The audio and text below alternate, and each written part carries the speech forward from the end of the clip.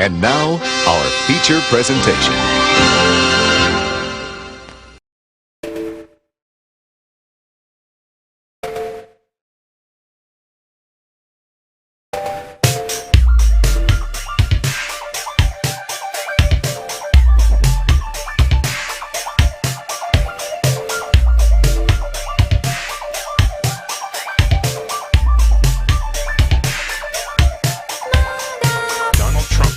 Emperor, the greatest American hero, MAGA Man.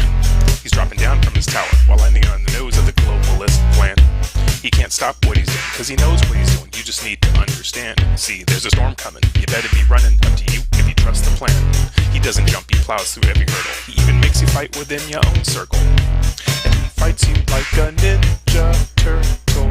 All you do is complain while he lives rent-free inside your brain. And now you've gone insane. TDS makes you want to sing his name.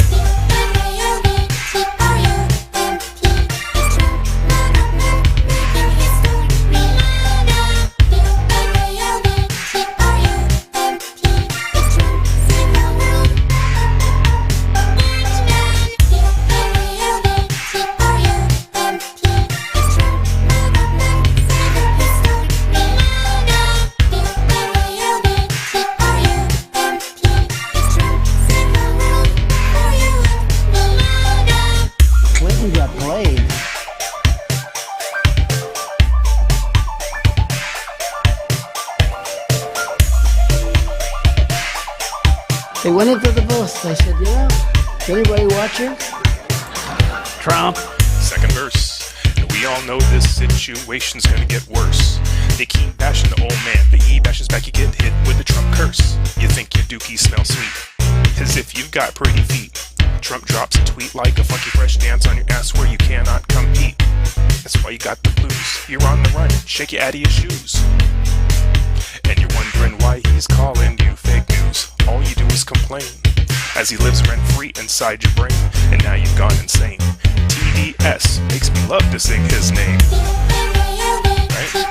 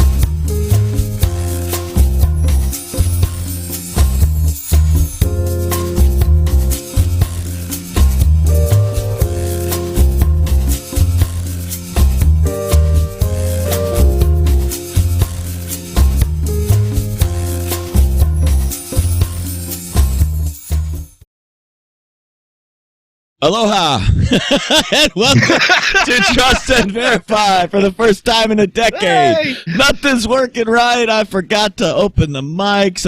Apparently, the sound files are sounding like shit to Boogie, so hopefully they're not sounding like shit to you. We don't know. Hopefully you can hear me. Hopefully you can hear him.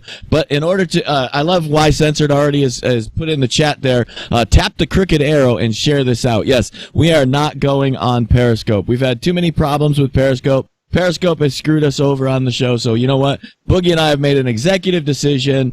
Fuck Periscope. So to get Boogie's take on that, let me introduce my friend, my partner, my co-host, back from the dead. It is Boogie Bumper. Boogie, how's it going, brother? Good. I wasn't dead. You asshole. Although sometimes, James, I wish I were. Sometimes I wish I were. No, I've been good. How about, what have we been doing the last 3 weeks? What have I been doing? Well, I can tell you, give you a little update. The Daily Boogie Show, which is my personal podcast, we officially endorsed John McAfee for president in 2020, James. I heard You'd be pleased to know. I heard that. I watched that and I was laughing my fucking ass off. There were people that got hurt by it, but I was like, oh my God, dude, Yeah. This is perfect. This is classic Boogie. Like, let's pick the most insane, irrational, fun as fuck motherfucker, and we're going with him. That's who we're voting for. But also because of the freedom, James. Because it's about embracing freedom. He embodies all of the values that I care about. Freedom, and doing cocaine and having sex with hookers. Like that's pretty much it. That's all we do. That's all we want to do on the show. So, thank you for joining us. Just to verify. It's been a month, James. It's been a month. A month. Right? I've got a lot to go over. But not a lot of Trump stuff because let's be honest here. James, you talk about Trump every single day, every minute of every day, and I'm kind of trumped out. I'm kind of done with Trump for now. We're a long way out from the election. He's probably going to win. Pardon me. Anyway, he's not really announcing anything. He's not announcing any new policies and stuff. But I just have one question for you. One very little question. It's only something that I thought of before we get into the main show here, because we're going to put the magnifying glass over Comrades Sanders tonight, ladies and gentlemen. We're going to take a closer look at Comrades Sanders and see what's going on over there, because I think he's taking a lot of people by surprise on the Democrat side of the aisle, especially the establishment, who are now shitting bricks at the prospect of Bernie becoming the nominee. But before we do, I just thought of this earlier today. So do you remember months and months and months and months ago, it might have even been the first show we did together, I asked you this question, and I've asked you again since. Can Donald Trump win the 2020 election if he doesn't get the wall finished or big names don't go to prison? And at the time, you said no. Like, if there isn't a big name that goes to prison, no. The answer is no. I have a feeling that that's not true anymore. And I suspect that we're going to get to the election in 2020 without a big name going to prison and without the wall being finished. And he's going to win anyway. And what triggered that for me was the Roger Stone thing. So, I put it out on Twitter the other day. It was a very underrated tweet, a very under-retweeted tweet, mind you. And I said, it seems as though everybody who helped Donald Trump get elected in 2016 has got dicked eventually. Paul Manafort, Julian Assange, Alex Jones, Roger Stone, and even Rush Limbaugh got cancer. So everybody's getting fucked, right?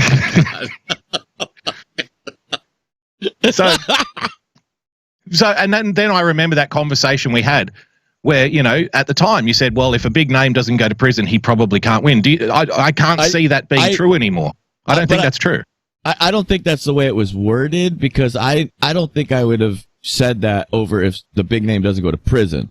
I think the terms were that if big names prosecuted, or something, charged, like charged, okay. Pursuit, that we have to show Americans, the independents, remember that we really are draining the swamp, that we really are going after these fuckers. And so from that perspective, I will still say the same thing to you. If the middle of the country, look, the right or the left do not decide elections. They just don't. It's the middle. It's always been the middle. It will always be the middle. Same thing is true probably in Australia. The same thing is true in England. It's always the people in the middle that decide the elections, because you have the ends on the on both ends that there's nothing you can do. It's clear that right now, under an economy where the numbers all say 9 out of 10 Americans are better off than they were 3 years ago, there's still 30% of the country, which is your hardcore Democrats, that say, nope, I'm not better off.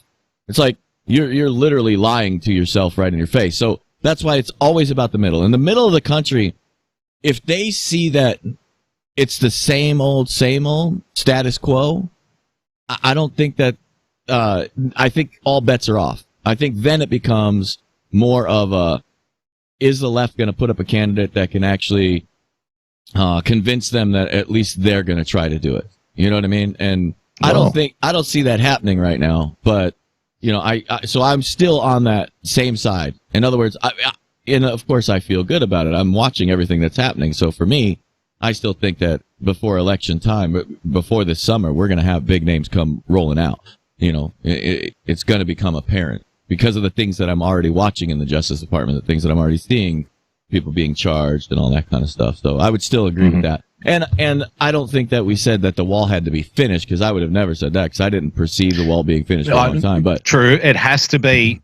It has to look like it's on its way, right? And I think I made the term, like, you want to see bulldozers down there, you want to see guys in hard hats with shovels, cameras on them 24 hours a day, right? Like, it has to look like something's happening. We all know, you know, it's an old rule, but when voters see things getting built during an election campaign, they feel good about that. They feel like something is happening. And it's a lot harder to get rid of the guy who's building stuff. Yeah, it's just a general dumbed down rule, but it works, right? Right. So that's why they'll plan a lot of these infrastructure builds for later in election cycles for that very reason. And because people think, well, if we don't vote for them, it's not going to get finished, even though that's not true, because these contracts are already written, right? It's very rare for them to go back on contracts, but psychologically it has an effect. Right. So I don't share your optimism. Like, funnily enough, who would have fucking thunk it, right? Yeah, right. Who would have thought? Yeah. No, I don't share your optimism that, you know, the specific targets that were being spoken about in 2016, 2017, 2018, now 2019 and 2020, I don't see them being any closer to any kind of, I mean, people are still out there signing book deals. People are still out there getting signed to fucking CNN to be correspondents, you know, and for all intents and purposes, if we are to believe that this administration is making all of these moves and there are all of these investigations, blah, blah, blah, blah, blah, blah, I would have thought that something would have leaked by now, because we also consider at the same time, we have this parallel belief that nobody in that side of the government can be trusted because they rig elections, they rig court cases against people like Roger Stone, for example. So at the one time, you know, we have to believe that Donald Trump is control of everything and the investigations are running as they should, whilst at the same time, the legal team that represented Roger Stone couldn't identify a Democrat operative who ended up being the chief juror and apparently a very biased judge. And so the story goes, right? You know, I find it hard to marry those two things up together, but maybe that's just me. I'm not sure.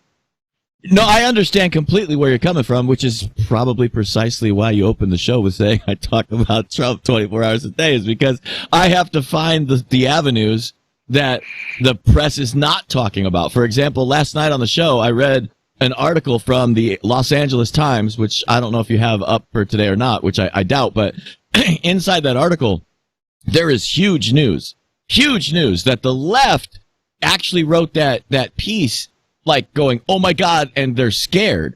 But when you read it to people that are MAGA, they get it. Like, this guy is kicking ass, and it basically all boils down around the Ninth Circuit. Now, this is news.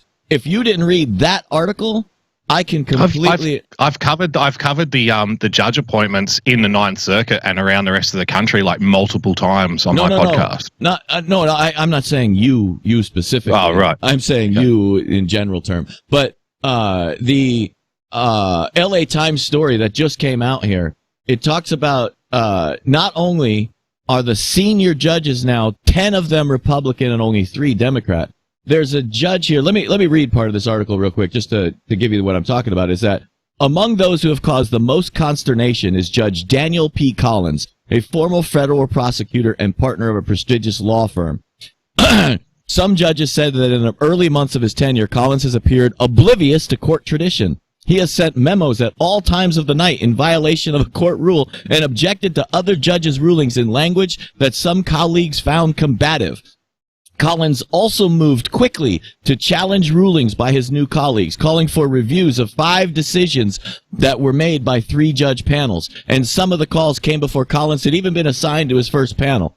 So when you see the language being written, they're scared of this one guy who's actually inside the Ninth Circuit creating a Donald Trump level of chaos, of saying, we're done with all you old bastards. We're done with the old guys' rules, and we're going to change it. And so he may be the most vocal of it. But like you've said, if you stack that on, this article on with everything else you've covered, you start to see that picture of, you know, there's a lot more going on that's just not being reported. It's just, we can't get to all the information because we have to be our own gatekeepers now. So that's why we have to rely on the people in our Twitter feeds and in our chats and in our scopes to find out all of this information. No one person can identify all of the things that are actually going on because the large majority of press is focused on stupid bullshit, like including the Democrat frickin' debates. You know, they're wasting hours and hours and hours of time talking about things that don't even matter to the American people because they're all in an effort to get rid of Trump and elect a Democrat. Sure. I mean, but let's be fair here. Democrats in California getting scared over what somebody says isn't news. Like that happens a lot, right? So there's a new judge and he's saying things that's making Democrats scared. Like whether or not that's indicative of some kind of mass shift in mentality, I'm not sure because, you know, if the attention wasn't on that guy, it'd be on somebody else. You can say that people shitting in the streets is not what we want in San Francisco, and you'll get accused of being a racist for saying that. Yeah, exactly. So, you know, the bar is pretty fucking low. Yeah. I do want to have a look at Mr. Sanders, though, ladies and gentlemen, James, boys and girls. Found this interesting. And I'm glad that you brought up independence because I think this is something that not a lot of people are talking about.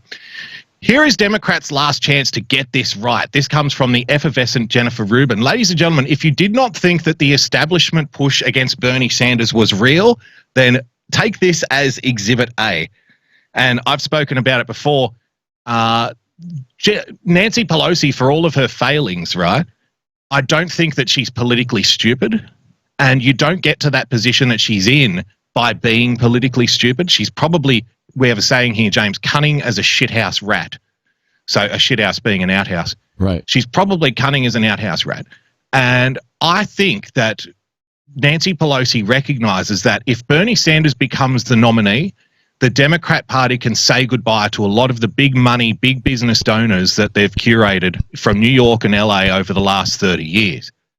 That's a lot of money then that the DNC, that puts them in a significantly hampered position for 2024, believe it or not, because I think what Nancy Pelosi would want is somebody to limit the damage, to be the safe option, who says the safe things, who keeps the money rolling in, so they can have a platform to win the House back in 2024 rather than win it in 2020. Do you think that's a safe analysis, like a decent analysis?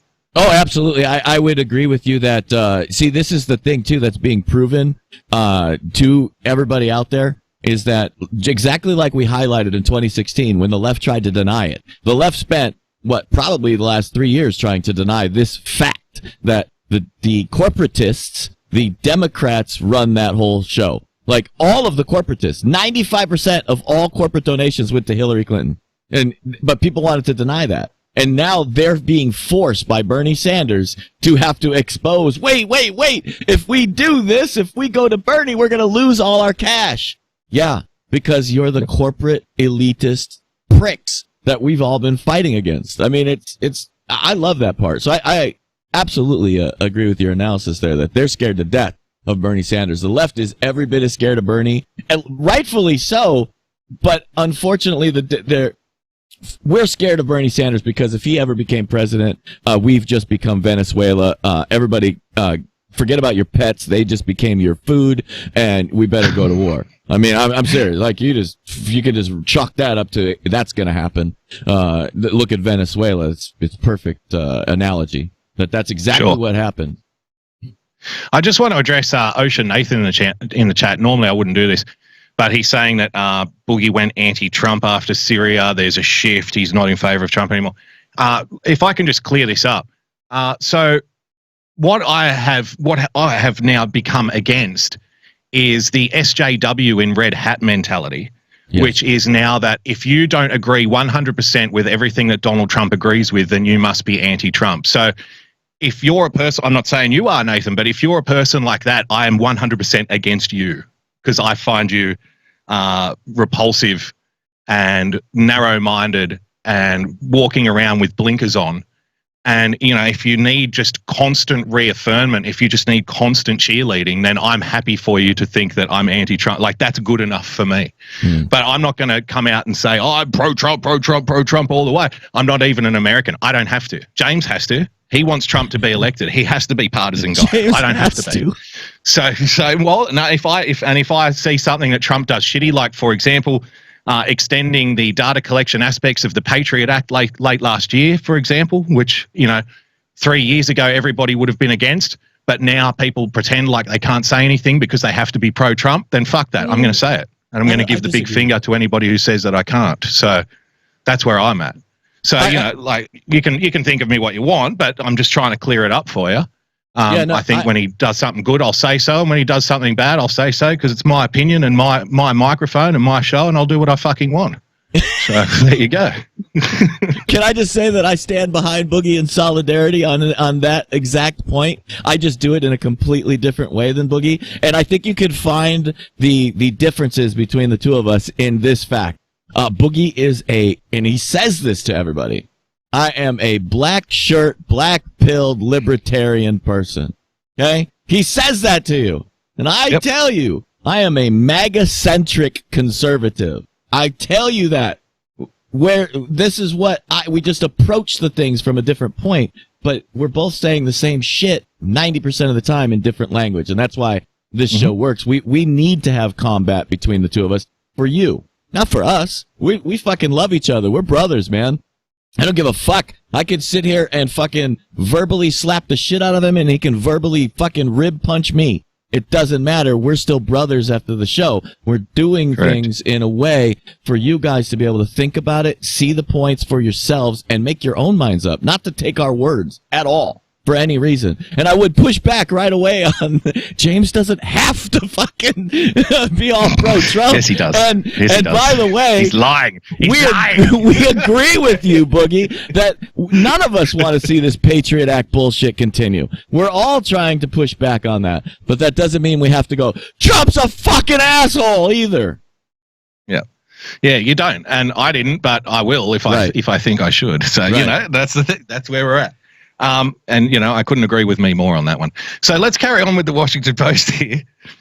This is by the lovely Jennifer Rubin. See, this is the thing. What the Syria strike thing showed me was the absurdity of, trying to placate people because people no longer listen to the words that you say. They react emotionally to what they feel what the words make them feel, right? So I could have come up with a very articulate position on that, and it wouldn't have made any difference. But because I was questioning it, that was enough, right? And then that gives the negative reaction, and this guy's now fucking communist all of a sudden. So here's the thing, right? There's a general rule that I've discovered, and it highlighted it more after the Syria thing for me, which now I don't give a fuck. Now I'm literally just giving the finger to everything. So if you're too positive, they'll say you're cheerleading for money. If you're too negative, they'll say you're pushing fear porn. If you're too sarcastic and jokey, they'll say that you're not taking it seriously enough. And if you're too serious, they'll say lighten up. Why don't you tell a joke or something? So there is literally no point, right? So I'd much rather have my small but mighty audience as who they are, people that can understand the nuance between those various levels of conversation, than people who just need pom-pom waving. Because I don't want you. Like you are more hassle than it's worth. And if I have to answer DMs of people like saying, "Oh, what's going on? You're a traitor. Why don't you?" But like you are trash beneath my feet at that point, and I'm happy for you to leave. So is that clear enough? I think we've cleared it up. Senator Bernie Sanders racked up an impressive win in the Nevada caucuses, James, crushing his opponents, and expanding his crushed them, and expanding his support to older voters and Hispanics. Unless Democrats manage to alter the race swiftly and dramatically, listen, this is Jennifer Rubin from the Washington Post. A 78-year-old socialist with a history of praising left-wing dictatorships will be the Democratic presidential nominee, ladies and gentlemen. The Washington Post, a quick reminder, this is the paper that's funded by Jeff Bezos, is it not? Yep. Yes, yeah, the richest man in the world. Yep. Okay, just thought we'd clear that up. Is this a surprise to anybody? Thereby subjecting the country to the horror of another 4 years of an unhinged authoritarian president, James, if Bernie Sanders becomes the nominee. So they're in a bad place, the establishment on the Democrat side. We spoke about this in 2016. There was a civil war happening in the Democrat side. And I think the only difference was that Bernie Sanders couldn't overcome the establishment in the DNC, whereas Donald Trump, for all intents and purposes, did. Now, people say, oh, he was part of the establishment and he's a plant for the establishment. I don't know if I can go that far. To me, that doesn't make much sense. He might have had people since that are swampy and stuff. Yeah, I get that, but, it's a small pool that we're choosing people from. I would love if Donald Trump hired, Boogie Bumper, the unemployable foreigner, for matters of foreign policy, but that's unlikely to happen. So he's probably going to get somebody with a little bit of blood on their hands at some stage, right? It's just the nature of the beast. You don't send virgin people who are afraid of guns to go and take out terrorists overseas. Do you? Like, they don't get hired in the Marines, those guys. Yeah. Do not get me wrong. Many Never Trumper voters, including this one, will vote for anyone with a D to defeat Trump. This is Jennifer Rubin, who is a threat to constitutional government, mentally unfit and unabashed now in his use of the instruments of power to punish enemies and protect his cronies. Just a little reminder, the unabashed use of power. That very same use of power that sees Roger Stone, his longtime friend and confidant and one-time campaign manager, go to prison, and all of the people who were apparently involved in a coup to remove him now signing book deals and getting deals on CNN. That power that we're talking about? Right, gotcha. However, expecting independent voters in places such as Wisconsin and Michigan to line up behind Sanders seems wholly unrealistic at this point. The candidate who wants to ban fracking, outlaw private healthcare, and spend trillions of dollars is going to be a tough sell, to put it mildly. Suburban moderates who helped lift Democrats to victory in 2018 might choose to stay home. Welcome to the party, Jennifer Rubin. We've only been talking about this for 12 months. Can you? I want to stop real quick on that paragraph you just finished off with, where she says that Bernie Sanders wants to, what was it? Read it again. Outlaw fracking, and then what with that little sentence there? Ban fracking, outlaw private health care, and spend trillions of dollars. Yes. So she's mad at Bernie Sanders because he wants to do all those things at the absolute level. All of the rest of the Democrats have all said they just want to tax the living fuck out of you to create all those things. So you have a choice of outlawing it all and or paying through the fucking nose for it. That's what she's complaining about. No. We don't want to go to the extreme of it. We just want to tax the fuck out of you for it. Yep. Further evidence here, James, that Pete Buttigieg is in fact the establishment puppet boy who's been groomed for this, I suspect, in a kind of Obama 08 move. Yep. Listen to this. Nevertheless, there are steps Democrats could take to save the party and the country. So they need to save the party first, then they'll save the country. And apparently this Superman in tight lycra is Pete Buttigieg, James. First, former South Bend, Indiana Mayor Pete Buttigieg has offered a model for other Democrats, for other candidates in making Sanders the top target. Buttigieg will hang on for now, relying on his results in Iowa and New Hampshire and what looks like a barely adequate third-place finish in Nevada. In a speech on Saturday night, Buttigieg laid out an effective case against Sanders. Don't worry, we're not going to read the speech. Listen to this. Listen to this advice that Jennifer Rubin gives Democrats, James. You're going to love this. Second, Amy Klobuchar must step away. What? Wait. What happened to the Vagina Collective? Now, now we want one of the women to get the hell out of there, Amy. What are you doing? You're stopping the gay man from making a case here. Get the hell out of there. Stop cock blocking Pete Buttigieg. Coming in 5th and 3rd in the first 2 races respectively, and expected to finish 6th in Nevada, Klobuchar, despite her feisty demeanor, James, and practical agenda, and she also tells the exact same joke over and over and over again about Donald Trump. Did you see that clip going around? Oh my God! And the joke is like 10 minutes long. What? Who wrote the joke, and why is nobody telling her, please stop? Please stop. It's like a great joke is a great joke, but not the 400th time you've heard it. Then you hate the joke. You know, like, and just to open the kimono here, just before the show, James was playing that Wintrell song that he loves so much, that Donald Trump meme. And I said, like, I'm going to be full exposure here. I said to James, we've got to talk about these fucking memes. And he laughs. And he, what do you mean? I said, I'm fucking sick of this song now. I can't stand it. I can't take it anymore. I've had enough. I don't like it anymore. It's not fun. He said, okay, we'll find me something else. So, just to let you know what we're talking about while the intro's playing. But I didn't sound like that. I didn't go, okay, boogie. Okay. I'm sorry. Find me something else. But how come we can't play the song I want to play? How come we're going to do it? I'm doing it for dramatic effect.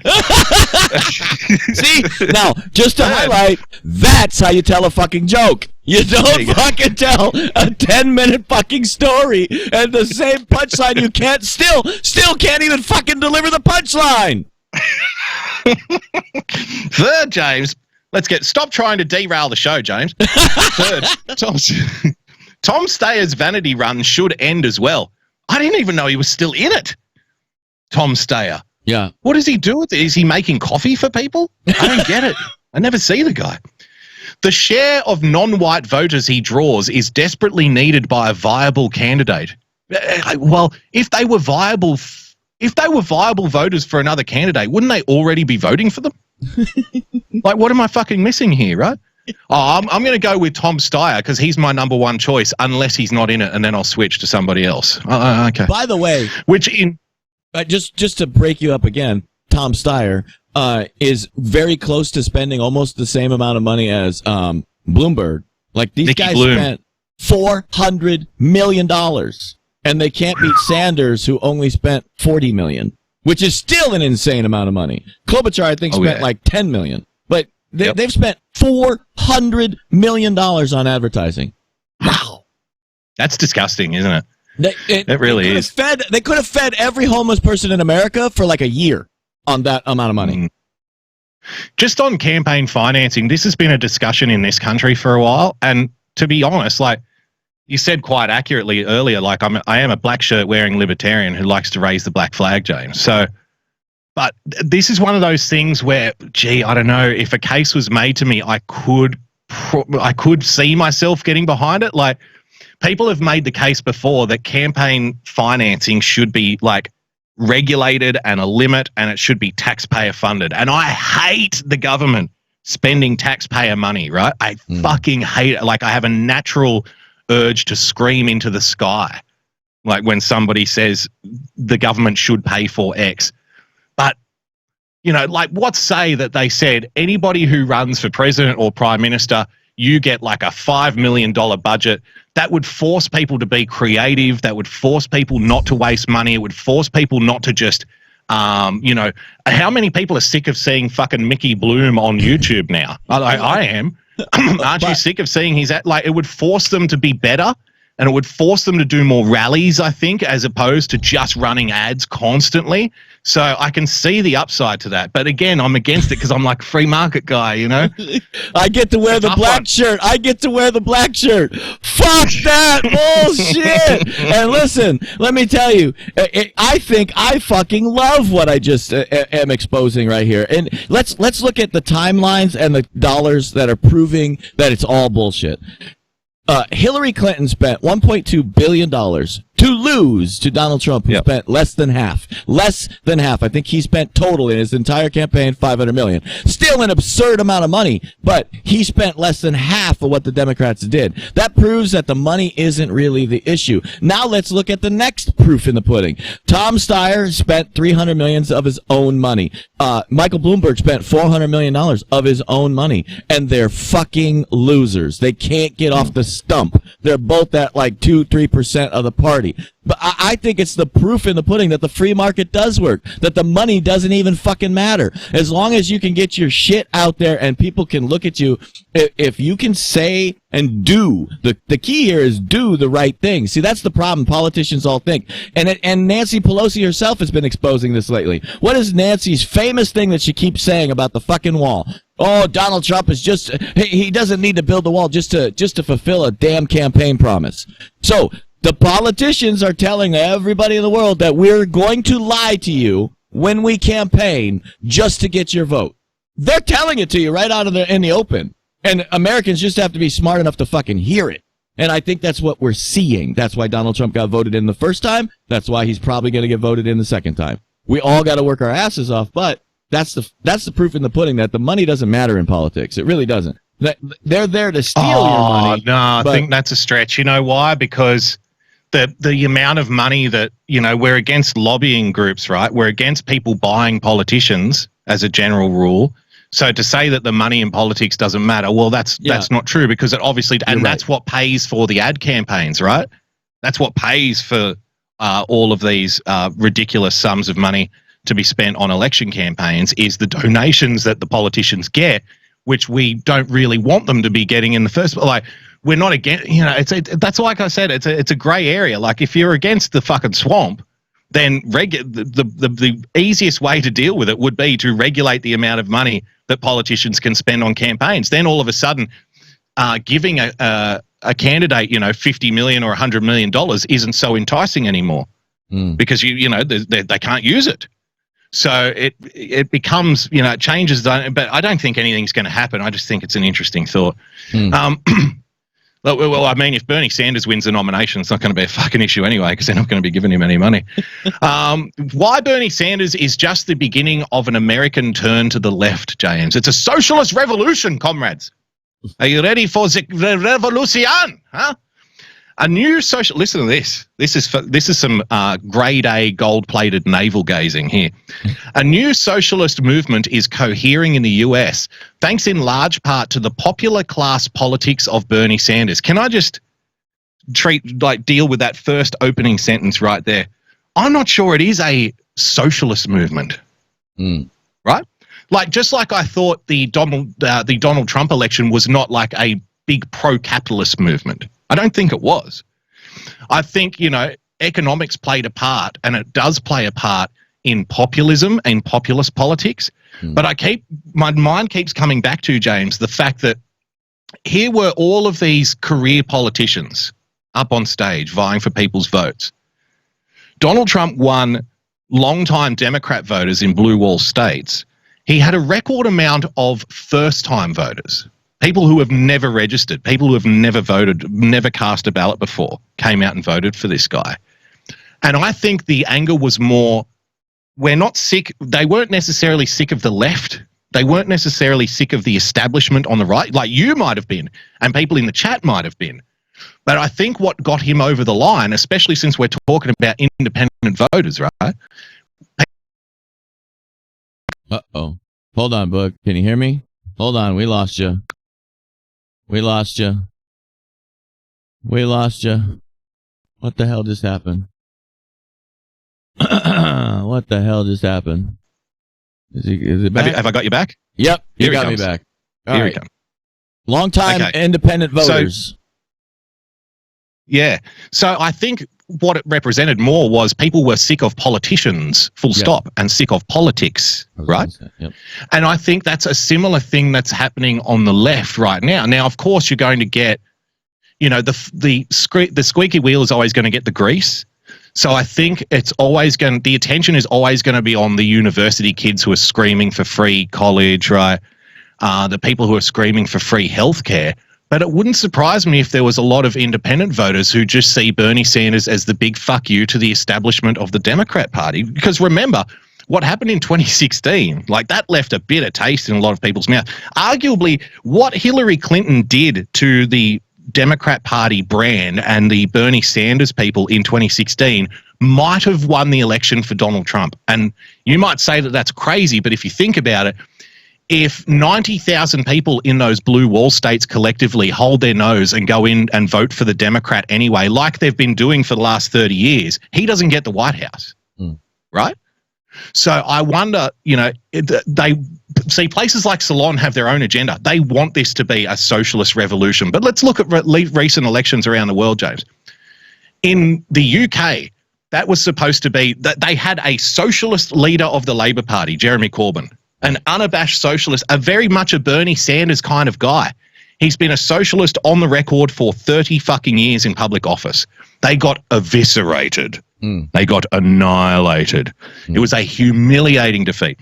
In Australia, it was the woke election. That's what they called it. The Labor Party led every single opinion poll from the previous election to the one we just had. Led. They were in front the entire way. They didn't lose one. That's how bad it was. They got wiped out at the election. So whilst these publications are going to make it about socialism, it's a socialist revolution, there's nowhere that you can actually point to where that is happening. What we are seeing, though, is outrage against establishment politics, left and right. I think that's a better way of boiling it down. I don't know. Tell me what you think. I could be wrong. I think you've covered a lot of ground there. Let me start with saying that the overall evaluation that you just made, I think, is correct. I think that if you look at it, there's statistical proof. 1 in 4 Bernie bros voted for Trump at the last election. Was it really that high, was it? I thought it was like 15%. No, it was 1 in 4 Bernie bros voted for Donald Trump in the last election. So now that's only of Bernie bros. That's not the Democrat Party. That's just saying that his Bernie bros in 2016 voted 1 in 4 for Donald Trump, which tends to lend credence to the whole fact that it is an anti-establishment movement. And I would agree with your opening premise even that this wasn't a capitalist economy-driven election in 2016 either. I think that the primary reason was anti-establishment. I think that's primary. Drain the swamp. I think drain the swamp is more important to Americans from both sides of the aisle. But we've talked about this for 3 years. We disagree on what drain the swamp means, right? The left keeps pointing at our guys as the swamp, and the right keeps pointing at the left as the swamp. And there's people like you and me in the middle that are saying, everybody's the fucking swamp, you idiots. Like, just fucking look at what's going on, right? There's much less swamp than there is swamp. That's why it's being so difficult. So it has nothing to do with left or right. It has to do with establishment. And unfortunately, there are lefties that think that in order to get rid of the establishment and drain the swamp, they need to go full-blown communist with Bernie Sanders and take the risk of destroying the country, like which we all know is going to happen. If Bernie Sanders became president, we would be Venezuela within 4 years, guaranteed, lock, stock, and barrel. Let's just look at what happened in Venezuela. It is a direct parallel. I mean, it's insanity, the things that come out of his mouth, and the establishment wouldn't be able to resist him as well if because the country, if by electing Bernie bro, is literally going to turn everything fucking Democrat, which is going to take away, all the stops. So you have to really understand what the fuck is going on here. We got to get rid of the swamp. So I agree with you. I think that's exactly what you're seeing. Yeah, and Sam's in the chat. I tend to agree with Sam. Bernie won't even get us to being Norway, never mind Venezuela. I tend to think that's true. I think there are too many institutions and too many ways of doing things that are too entrenched. And a lot of like the revolution talk when a country as big as America and an economy as powerful as America's can't be revolutionized in a 4-year cycle.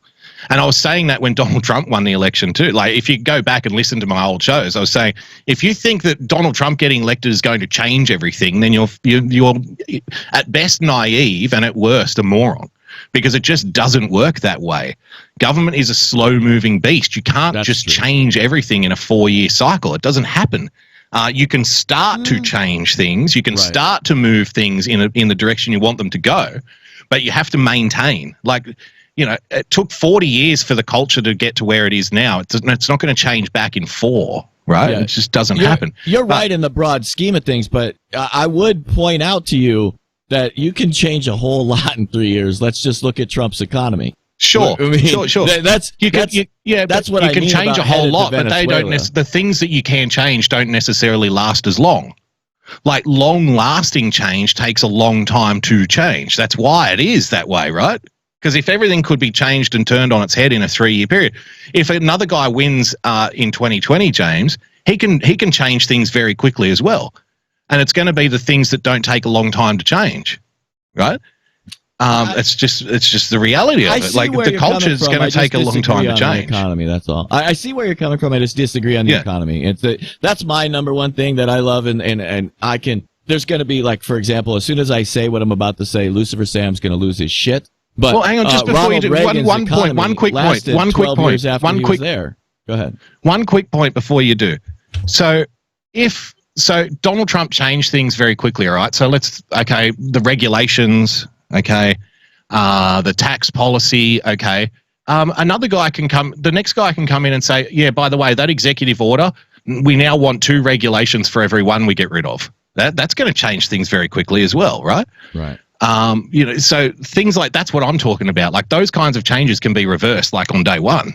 You know, but if they won't reverse it, if the culture is behind it, if the society is behind the change, and that's what takes a long time. Yeah, it's going to take a long time to get entitlement mentality out of people. Would you agree? Oh yeah, for sure, 100%. But see, that's again, this is highlighting one of the things that is completely undercovered, under-talked about, and never really discussed is that Donald Trump is putting roadblocks in the way of that expansion simply by removing and firing half of agencies like the EPA. They're taking away the enforcement staff and the enforcement ability, and by destaffing all of these different agencies that nobody's talking about, nobody's even covering, like example EPA, which has lost, I think, 80% of its staff at this point. By doing that, they're creating a scenario where even if the bad guys get in, you're going to have a tough time refilling those positions and being able to step on people. And somebody raised a good point in the chat. Something that has changed very quickly is the judge appointments, and that will last a long time. Yes, I will absolutely concede that point. But that doesn't happen without the Republicans holding the Senate by the same token. So, you know, we can say that that's all because of Donald Trump, or the fact that Donald Trump has the White House, they maybe feel emboldened to go that hard. I'm not sure, like, you know, where that line is. I'm not sure, but it doesn't happen without Mitch McConnell and the GOP holding the Senate. Got a couple. I said to James, I want to keep this to like an hour today. We've fucking blown that out of the water. That's ruined. That's good. Because we haven't talked for like a month, so we've got a lot of catching up to do. Listen to this, James. Many of us feel strongly about certain approaches to strategy. One approach we feel strongly about is what we call the democratic road to socialism. Oh dear. Or the idea that we need to make good use of the democratic structures and processes available to us in order to advance our cause. Just quick reminder, that's how Hitler got elected. Just to let you know. The road to fascism, James. A country like the United States has both a well-developed capitalist state, beholden to the capitalist class and armed to the teeth, and mechanisms for democratic participation in that state that allow people to exercise some measure of control over their representatives. Even though their choices are limited, their representatives are bought off by the rich, and the capitalist class holds the entire system hostage with the threat of devastating economic retaliation if things don't go their way. Now, there is a lot of truth to that statement, but again, I tend to agree with you that it's misdiagnosed. If you want evidence of that, just look at who the top companies were backing back in 2016. It wasn't Donald Trump. The international corporations, the international trade federations, the unelected bureaucracies that work hand in glove with the multinational corporations were all against Donald Trump and all for Hillary Clinton because it represented what? Business as usual, James, I suspect. This is a tricky situation to navigate. If the democratic capitalist state were less developed, it might be possible to convince people to simply storm the gates, tear up the old rules, and start fresh in a socialist society. This is what socialists tried to do in Russia in 1917. The state was weak, and after centuries of autocratic rule, it didn't have much legitimacy in the eyes of most Russians, so revolutionaries could get popular support for scrapping it and starting over.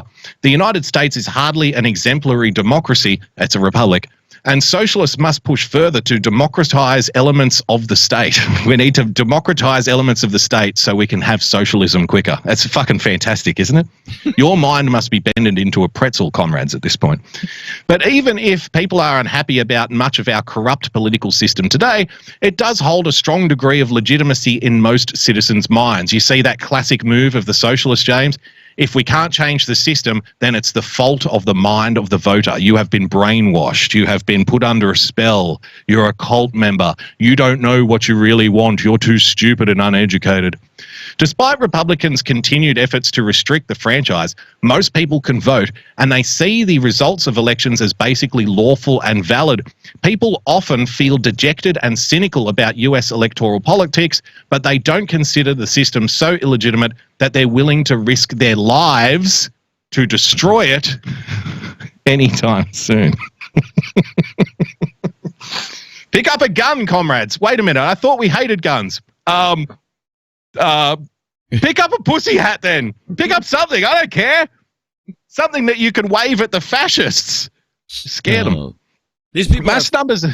Go ahead. These people are just fucking insane. I mean, just reading that article, I'm like, do you want a revolution? Christ. I mean, it's look. I think it's being shown, and I know it's completely off topic, so I might step on a story that Boogie has in the queue here. But if you look, we've been telling everybody, all of your hate speech bullshit laws are going to come back and bite you. All your censorship calls are going to come back and bite you. Everything you wanted against Republicans is coming to fruition to bite the left right now. There are news story after news story like these, either condemning Bernie Sanders and going after him and trying to shut him down, or supporting Bernie Sanders and trying to demagogue everybody else. It's the same nonsense. If you look at what just broke on MSNBC, this is why I'm talking about it. MSNBC had an anchor that, you know what, let me show the video. Give me 2 seconds here. Let me put this video up because I think it's an important enough thing to actually, if I can find it, let me put this up. The MSNBC put this shit out. Where the hell did I put it? Oops, I pushed the wrong button. Sorry. Where they are going after. They're going after Michael Bloomberg and all of his people, and Twitter is agreeing with them. Here it is, and they're going to get rid of him.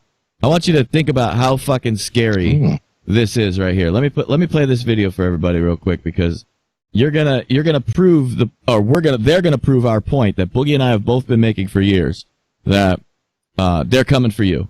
They're coming for the left right here. It's really important, though, to get into this. Isn't just about right-wing conspiracies or something, far to the left, because just yesterday, Mike Bloomberg's campaign played a doctored video from the debate. His campaign posted it. I want to share it. I'm the only one here that I think that's ever started a business. Is that fair?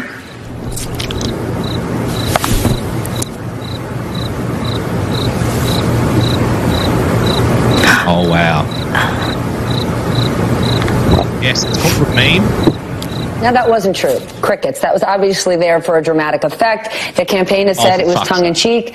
But when somebody sends you that clip from the debate, that looks really good for the mayor and it looks really bad for everyone else, and it's not true. Right. Would content like that get flagged as misinformation? We actually reached out to Twitter about this specific thing, and they said, yeah, this is a good example. This is something that, we would flag as not real. And that's the thing, is like that clip, there was about like a second or two of silence, not 20 seconds of silence or whatever.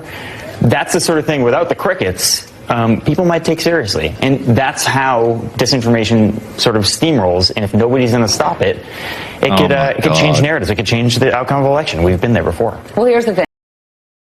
Now, you listen to that. I'm going to kick it to Boogie right now for reaction because he didn't get to react to that video. He just saw it live right there. These people are fucking insane, and they're coming for the left just like we said they were. Yep. And you can say that they're stupid and whatnot. They're not stupid. They know what they're doing. This is a topic that comes up often on my show, James, on the Daily Boogie.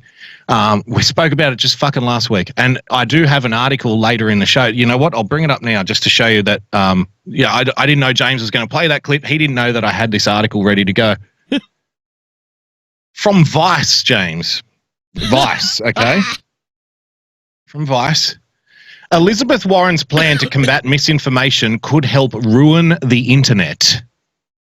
It's not the shitposting police, but it still sucks.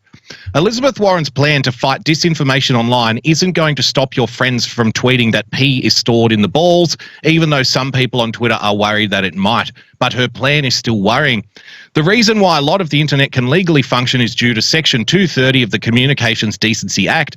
Section 230 states that providers and users of an interactive computer service won't be treated as the publisher of any information provided by another information content provider. In short, it means that if you post a picture of big poop balls in the replies of someone's tweet, they won't be able to sue Twitter for hosting that image. Because Twitter or Facebook aren't liable for whatever weird shit you post on the internet has become a bastion of creativity and also a quagmire of unreliable information. While Ted Cruz can't sue Twitter for its users spreading a joke that he's the Zodiac Killer, remember that would be misinformation too.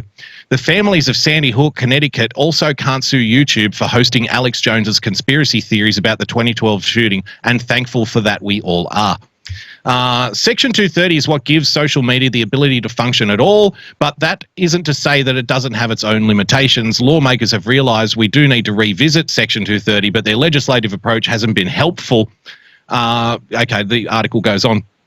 The reason that this is a problem is they know what they're doing. They know the power that, memeing and shitposting has created, right?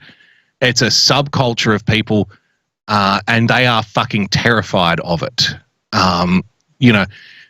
Look at the election in Brazil of Jair Bolsonaro, James, okay? I think that was 2017, 2018, right. Something like that. So basically what happened was the establishment blamed people sharing memes, which they would call misinformation and fake news, on WhatsApp, okay? Yep. Not even on Twitter, on WhatsApp. They blamed that for the election of Bolsonaro. Yep. So then, because WhatsApp is owned by Facebook, you have to remember. So then a whole bunch of rules came in. You're only allowed to be in a room with a certain amount of people. Certain links. If a website is blacklisted, that link can't be posted, right? That's horrifying. Then we had the Canadian government a couple of weeks ago. A spokesman for the Canadian government said that they want to monitor your personal encrypted messages for misinformation and fake news because they believe that it's damaging the electoral process. See, when people like this, when the establishment figureheads and their mouthpieces come out, like on MSNBC, and say these kinds of things, they're not protecting you from misinformation. They are protecting themselves. That's right. They are protecting themselves. Otherwise, they wouldn't fucking be doing it. They would have no interest in protecting you from anything. So all of these moves are all about the establishment protecting itself. Because a meme, something like that Michael Bloomberg thing, is so obviously like a joke video, right? It's so obviously a joke.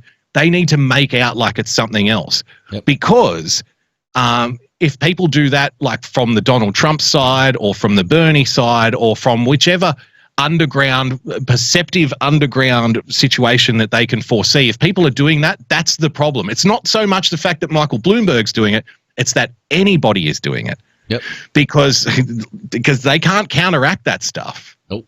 They can't counteract it. Look at the language chosen by them in that clip. Attacking the left, attacking Bloomberg. They use the same language. They're talking about doctored video, doctored videos, deep fake, how it's disinformation. Like, these people are doing that exact protection meme that Boogie talks about 7 days a fucking week. If you boil all that shit down, it all comes down to the quote-unquote protection meme.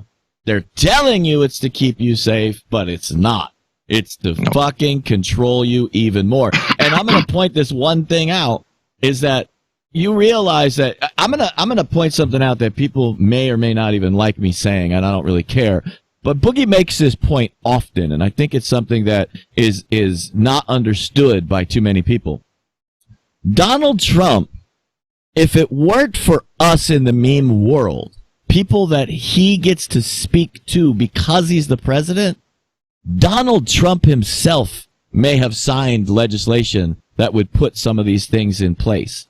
That's what I want you to really understand. There were specific times that this happened in his presidency. Vaping, red flag laws. Yes, right. All these kinds of things. That it took memers and people like that getting to the White House. Remember when he invited them in?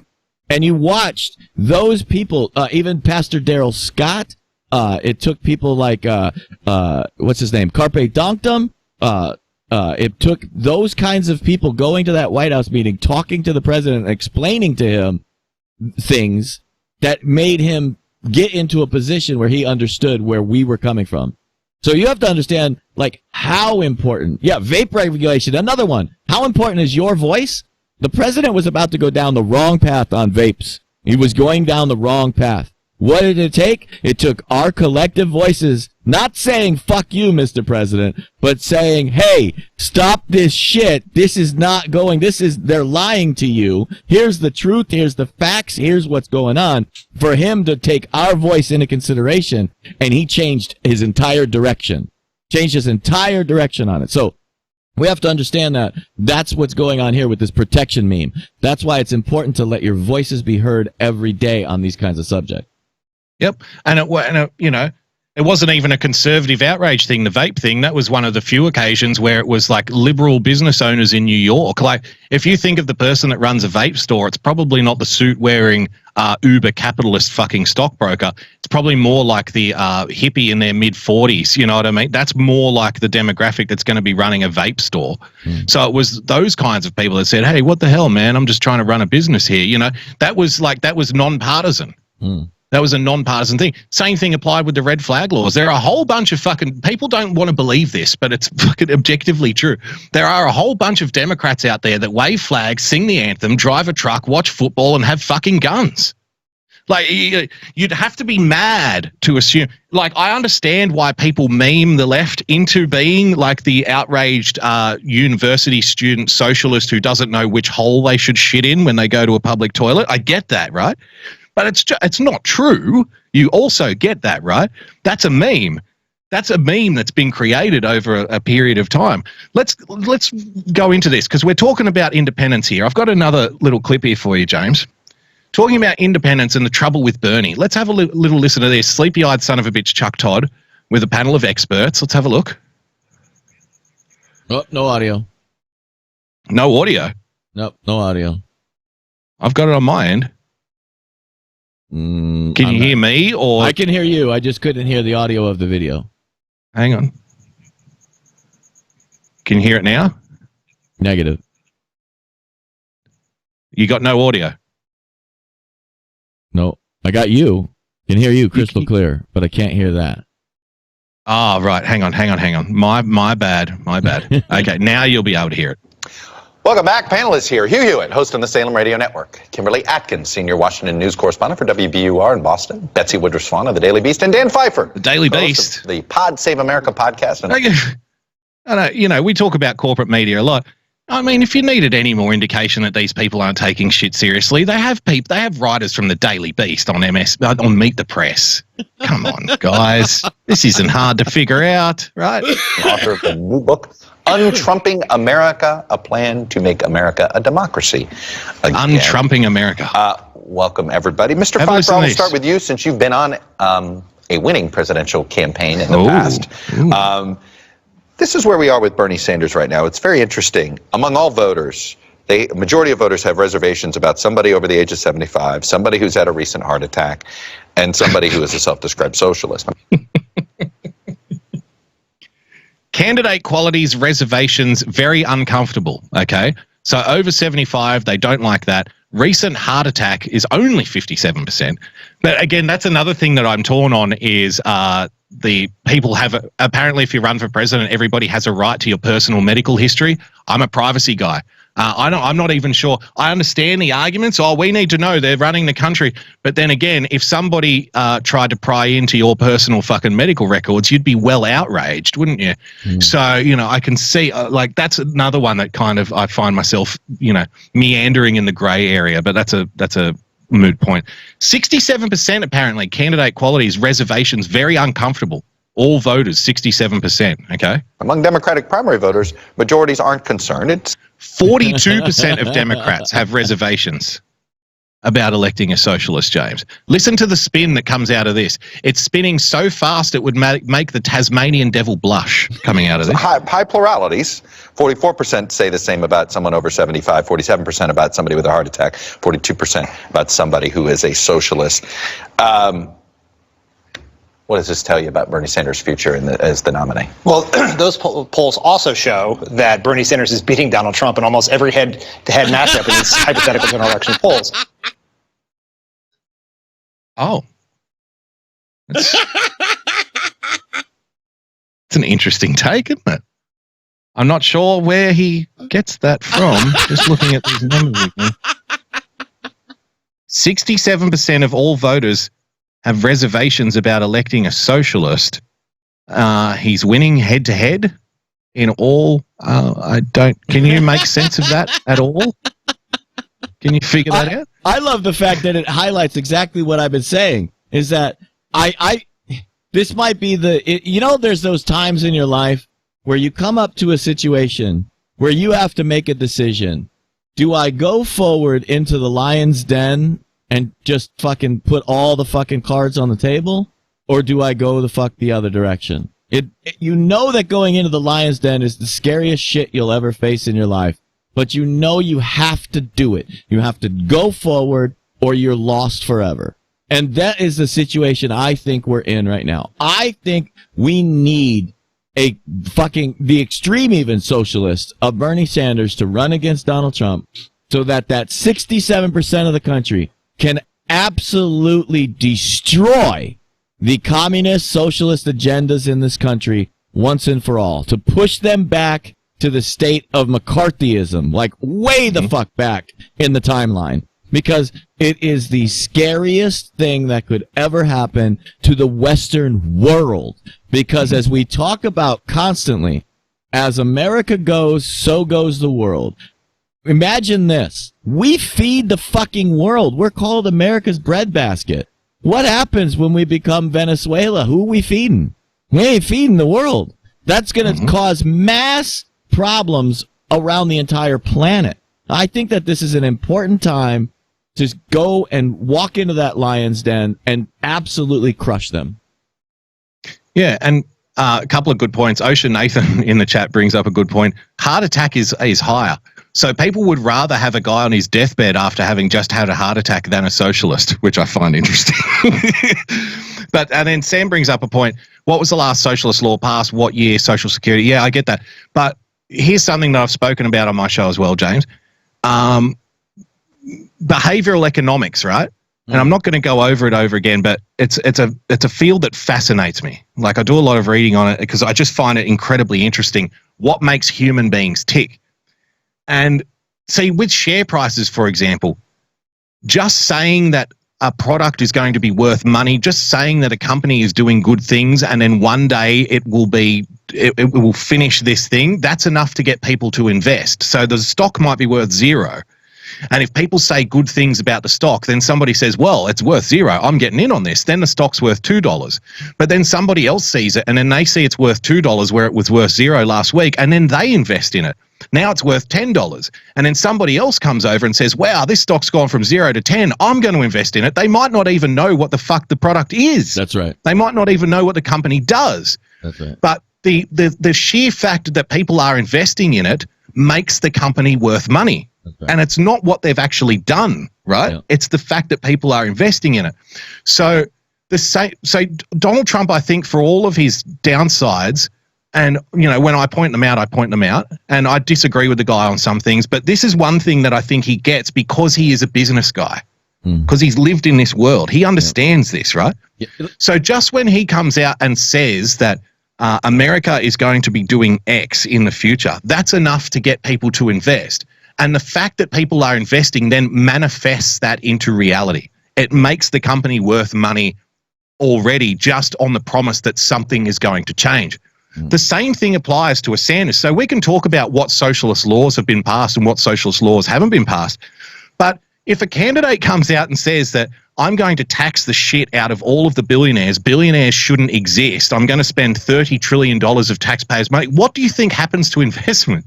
Like, do you think people are going to be falling over themselves to invest in that corporation of America at that point? Nope. So when the investment dries up, like, you don't have to pass socialist laws for socialism to have an impact, is what I'm saying, right?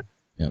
And he makes a great point about Social Security, and I will remind you, and I think this is a lost fact, maybe on Lucifer Sam himself, is that MAGA people, we fucking hate Social Security too. Okay, we literally in 2016, it was an election issue. It might have been minor, but it was an election issue that people talked about, is because we want to find a way to get rid of Social Security. We're sick and tired of the government trying to manage our money. We talked about it ad nauseum in the 2016 election about trying to go to some kind of IRA where we could get all of the people that are currently, whatever you're invested in Social Security, roll that money over into some form of a privatized IRA and get rid of Social Security, abolish it, destroy it. Because the one thing you can't do as a politician is run on taking away people's money. This is a scary thing. Retired people are retired. They need to rely on that Social Security check. And they're going to, even if you say we're just going to tinker with it, they're going to get scared and say, fuck you, not voting for that guy. So the gray outrage vote, James, it's real. Yep, that's right. So we have to find a way forward, but the public thing, the political thing, the correct thing to say publicly is, I'm going to make sure your Social Security is there, that it's rock solid, and we're not going to fuck with it. That's the only answer that will get you elected. But behind closed doors and the things that we're talking about, the president has alluded to that, you know, we're going to try to find a path to fix that kind of shit. But it's a very difficult, touchy subject. It's literally a political third rail to touch. Yep. And it shouldn't be the case. You know, if I was elected world president, well, I wouldn't be elected. I would, of course, have to take the position by force, James. And you never know, I might spare you because you are a MAGA guy, even though, you know, I'd probably have to eliminate most of them because they wouldn't be friendly to the black shirt wearing libertarians, I suspect. But putting that to one side, if I became world president, then it would be savage cuts across the board. But then I wouldn't have to worry about getting elected because I'd just wipe out all my opponents anyway, right? So here's a poll for you from Gallup, James, which is not known for being too particularly friendly to the right wingers. Socialism and atheism still U.S. political liabilities. So we just had that guy on Chuck Todd's show saying that Bernie Sanders is beating Donald Trump head-to-head. The actual polling data says otherwise. Remember, the key here is the independent vote. This is what we're going to get to, okay? This is the main thing. That's what James was talking about just then. That's what I was talking about before. Washington, D.C., more than 9 in 10 Americans say they would vote for a presidential candidate nominated by their party who happened to be black, Catholic, Hispanic, Jewish, or a woman. Such willingness drops to 8 in 10 for candidates who are evangelical Christians or are gays or lesbians. Between 6 and 7 in 10 would vote for someone under 40 years of age. Over 70 a Muslim or an atheist. Just one group tested, James, socialists, receives majority opposition. Less than half of Americans say they would vote for a socialist president, while 53% say they would not. So people would rather have let's say this, people would rather have a Jewish, gay, lesbian, Muslim in power than they would a socialist. That's right. That's right. So why I'm bringing this up is it's not to just smack the socialists around the head. It's to, you know, the thing that I hate most is, you know, people constructing false realities, James. You know, that's what I hate the most. Have a look at this. Sanders warns California primary could disenfranchise his independent base. This is from Politico 2 days ago. This is why the independents are important, okay? Presidential candidate Bernie Sanders charged Friday that California's primary system threatens to disenfranchise millions of independent voters whose support he has cultivated in the nation's most populous state. Sanders said Friday during a press conference in Santa Ana that he and his team have been campaigning hard to reach California's 5.3 million no-party preference voters who now represent the second largest voting bloc in the state of California. In California, no party preference. So again, we have this idea, don't we, that California is just full of San Francisco liberals. So full of them. The second biggest block is no party preference. There's more no party preference voters in California than there is Republicans. So that's how big the independent bloc is in a partisan state like California. But in California, where voting has already started ahead of the March 3 election, the Vermont senator said he's concerned that independents are not yet turning out in large numbers. James, go ahead. I just want to point out that it's a little bit disingenuous on these numbers coming out of California. And it's because so many people are confused by the way these things work. What actually is happening in California is there are counties in California, districts in California, that don't even have Republican as an option as you sign up to register to vote. The only options are Democrat or no party affiliate. So then saying that there's that many independents in California becomes a disingenuous number for the state, because there's a large section of Republicans that just can't register as Republicans because of the way that the Democrats in charge have completely fucked up the way you register to vote in those areas. So the numbers are skewed, and by design. Why? To be able to steal elections, confuse the shit out of people about what the numbers actually say.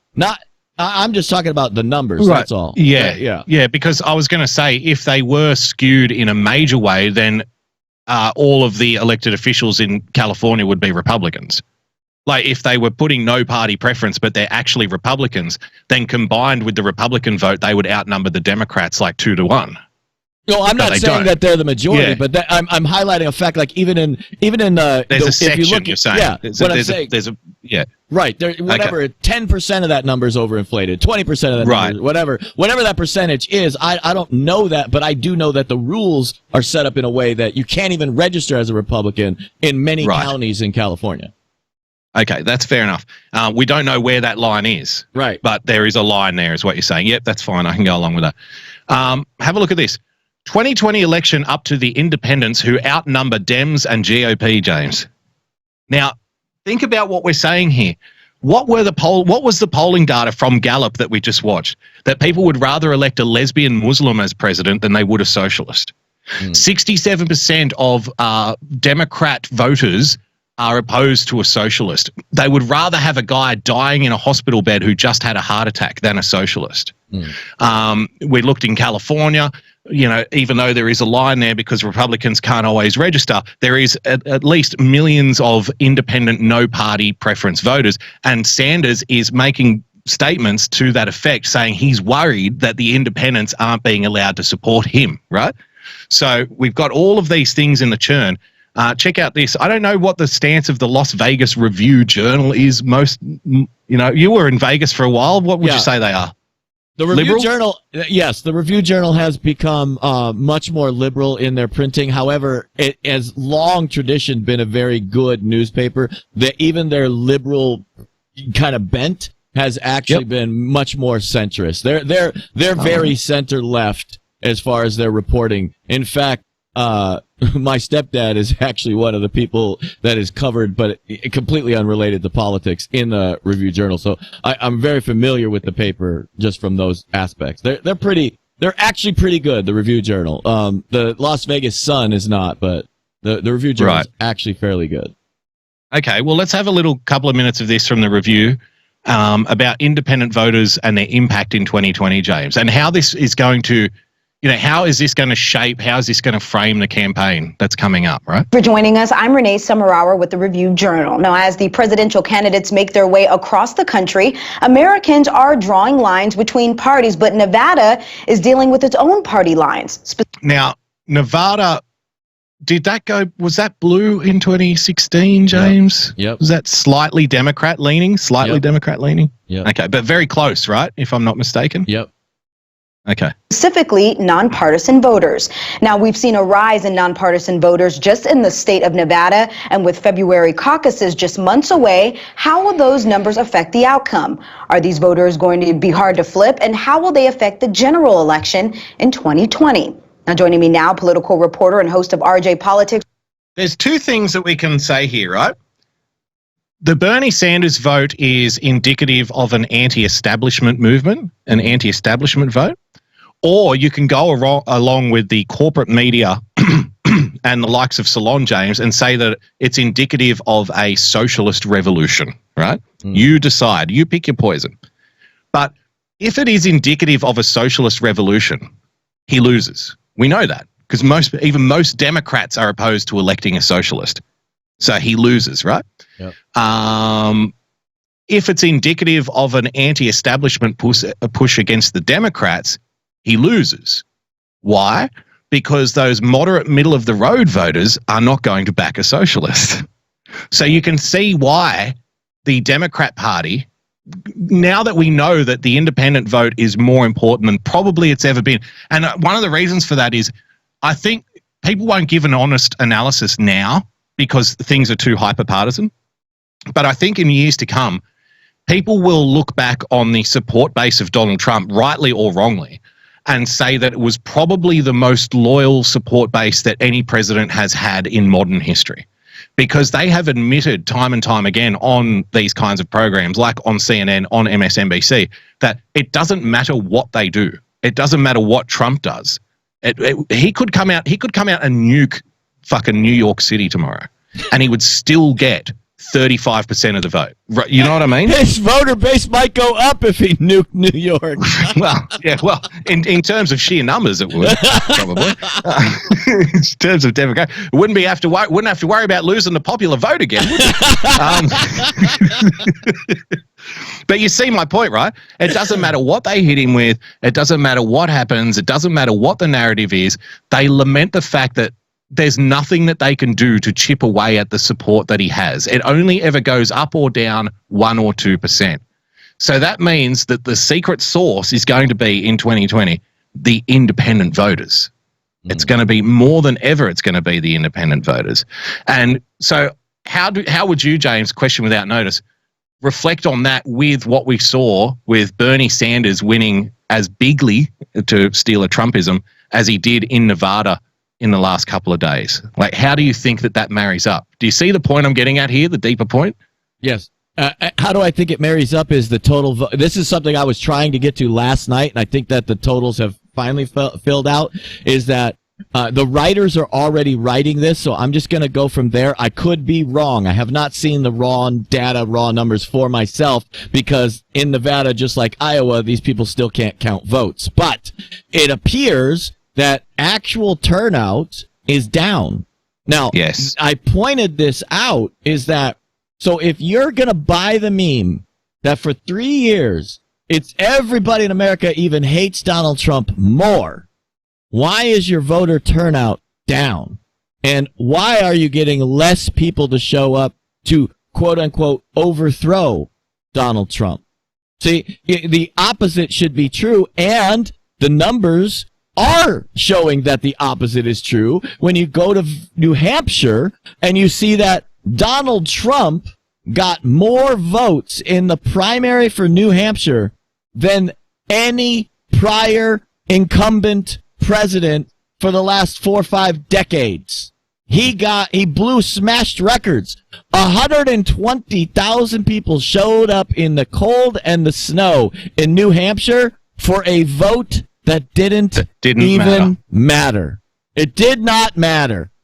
That tells you that they're lying through their teeth to America. And so why would something like that happen? We've talked about this ad nauseum before, is that when turnout is down, the people that are the most energized are the ones that are going to win the primary. It's not the representative of the base. In other words, you can tell by the numbers that most of the Democrat base, the people that traditionally vote Democrat, are depressed. They don't care. They're not engaged. They could give two shits less. That's right. But the people that are for Bernie Sanders are the ones that have all the energy, but they probably still statistically only represent 15% of the voters total in America.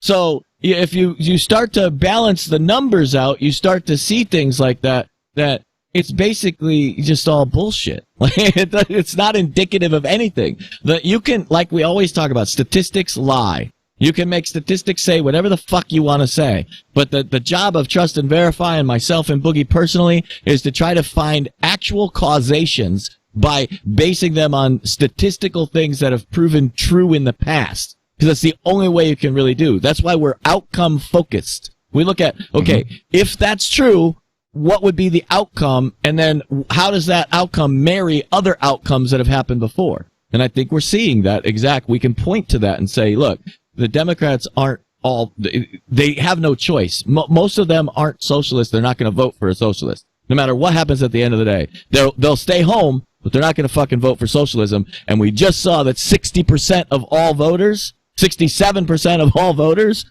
they're not voting socialism. Yep. And it might be the case, I'll even grant this point, it might be the case that voting for Bernie Sanders, even though you're not a socialist, might be, in your mind, the correct thing to do because it will essentially burn the establishment to the ground, right? Like it will sever ties with the donor class. It will force the Democrats to change. For all of the bad things that Sanders represents, he's literally the only one who, like, in some respects, sounds like a Democrat sometimes. He's the only one who says, working people out there, they need jobs, okay? And people aren't making enough money, and that's what we're supposed to do in the Democrat Party is make sure that the working class people don't have to work 2 and 3 jobs to pay for to get their fucking food on the table. What do you say about that, Elizabeth Warren? And Elizabeth Warren comes up and says, I want a 9-year-old trans girl to choose my education secretary. They're fucking lunatics, the rest of them, compared to him. So you might think that voting for Sanders is the best thing to do to burn the establishment to the ground, but I can see why it's not going to work, right? Like, I never say never. I'm not a conclusions kind of guy, but I just don't see how it's going to work out. This might destroy the Democrat Party. This might set them back a long, long, long way. If they nominate Sanders and he gets eviscerated at the election, it's all going to be about how can he frame his message to appeal to moderates. And to be fair, if he just sticks to the middle class aspiration stuff, then it's probably going to be better than talking about spending $30 trillion of taxpayer money on healthcare. Yeah, again, Lucifer Sam makes the point of that he thinks that we're underestimating Bernie Sanders. I disagree with you 100%. In fact, this very show that we've talked about puts the lie to that statement, because I said it's the scariest thing we'll ever face, going up against Bernie.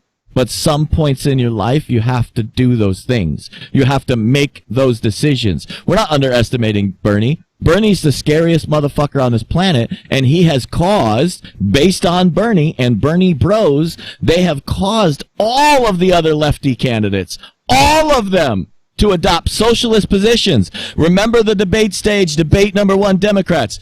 Every one of them put their hands up for free health care to illegal immigrants. Every one of them has adopted socialist positions on both medicine and the economy. They want to tax the living shit out of people. Bernie Sanders has helped lead them down that path of destruction. So clearly, I'm terrified of Bernie Sanders being the president. That is not underestimating him by any stretch of the imagination. You couldn't possibly twist that pretzel up enough to make that true. And that's my point. We're not underestimating Bernie. We want to deal with this lion once and for all. We want to slay the dragon. And sometimes you end up tilting at windmills, but other times you end up slaying that motherfucker. And that's just the way it is. I think it's time. And if Sanders becomes the president and if it turns into a socialism election, here's what is likely to happen based on what I've seen in other elections, right? So Jeremy Corbyn, the socialist, ran on the progressive agenda in the UK election. They had the most humiliating defeat in Labor Party history.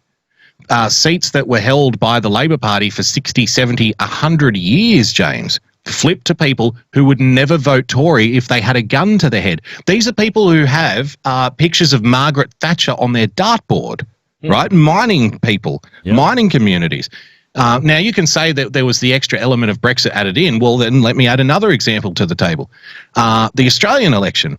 The Labor Party here, the left-wing party, they called it the woke election. That is what they marketed it as, the woke election. That's right. And after leading all of the opinion polls, they were eviscerated in the election. A big surprise to myself included. I was on show saying, I think we're fucked. We're going to lose. Do you remember that? Oh, yeah, because I was right. Right?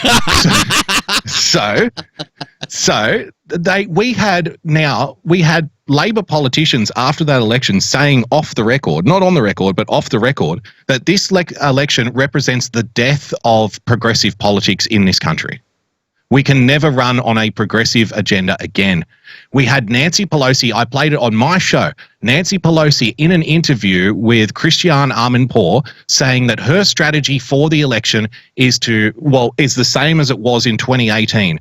That is to run on a moderate progressive agenda, not an aggressive agenda. Right. So don't shove a progressivism down people's throats because they will reject it. She was speaking about this in the context of Bernie Sanders. So what that will force, it's going to force Labor, whether they like it or not, to refocus again on what? Middle-class aspirational voters and working-class voters. 100%. It's forced the Labor Party in Australia to refocus once again on middle-class voters and working-class voters. And if Sanders wins the nomination, I suspect it will force, again, the Democrats to refocus on middle-class voters and working-class voters and finally ditch the far-left progressive agenda, which the majority of people, both left and right, can't fucking stand, which most people think is absolute fucking cancer.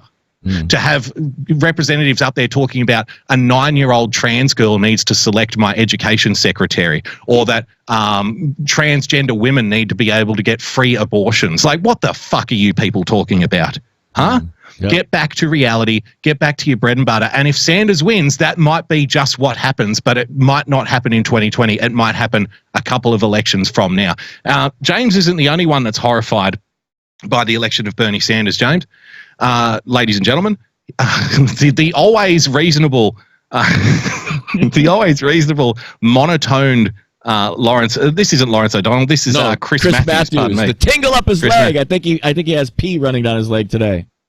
He's a guy who always talks like this and never breaks character and never has any ups or downs in anything he ever says. It could be very good or very bad information. It doesn't matter because he always talks in a monotone accent and always the same way, absolutely screaming into the microphone. So he's terrified by Bernie Sanders as well. Have a look at this. 2/3 of people who call themselves Democrats are either liberal or very liberal. All Bernie ever had to do, and he's done it beautifully, is get a majority of that, and he's up to the mid-30s. If you get half of 67, you're into the mid-30s, and that's where he's gotten it a little better. Biden, his only prayer was to consolidate the third of the vote that's moderate and conservative, and he got nowhere near clearing that field, nowhere near. That's split up 4 ways now. And so with new people coming in, Deval Patrick came in, he didn't make it. Bloomberg is in, he's probably going to survive a bit longer because of his money, but that field wasn't cleared. The only way Biden could win in that 1/3 of the vote that's either moderate or conservative is to sweep it. He got nowhere near. Bernie, on the other hand, did his job. He got more than a majority of that 67%. That is the name of the game. It is pretty much over unless that changes. I was reading last night, Brian, I know you're a history guy too. I'm reading last night about the fall of France in the summer of 1940. And the general, Renault, calls up Churchill and says, "It's over." And Churchill said, "How can it be? You got the greatest army in Europe. How can it be over?" He said, "It's over." So I had that suppressed feeling. I can't be as wild as Carville, but he is damn smart. And I think he's damn right on this one. Bernie Sanders winning the caucus in Nevada is the same as the French being defeated by the Nazis in World War II, James. Same thing. Same feeling. Fantastic, isn't it? This is back in 2016. We're going to give a little tip of the hat here to Newsbusters for these couple of clips. Newsbusters is a great site, great resource. Flashback in 2016, MSNBC pushed Socialist Sanders as not radical. So they've definitely changed their tune in one election cycle, haven't they? But the younger voter, when you poll them on this word socialism, it is not a bad word. And the polls always used to return socialism as just about the worst word that you could associate with anyone.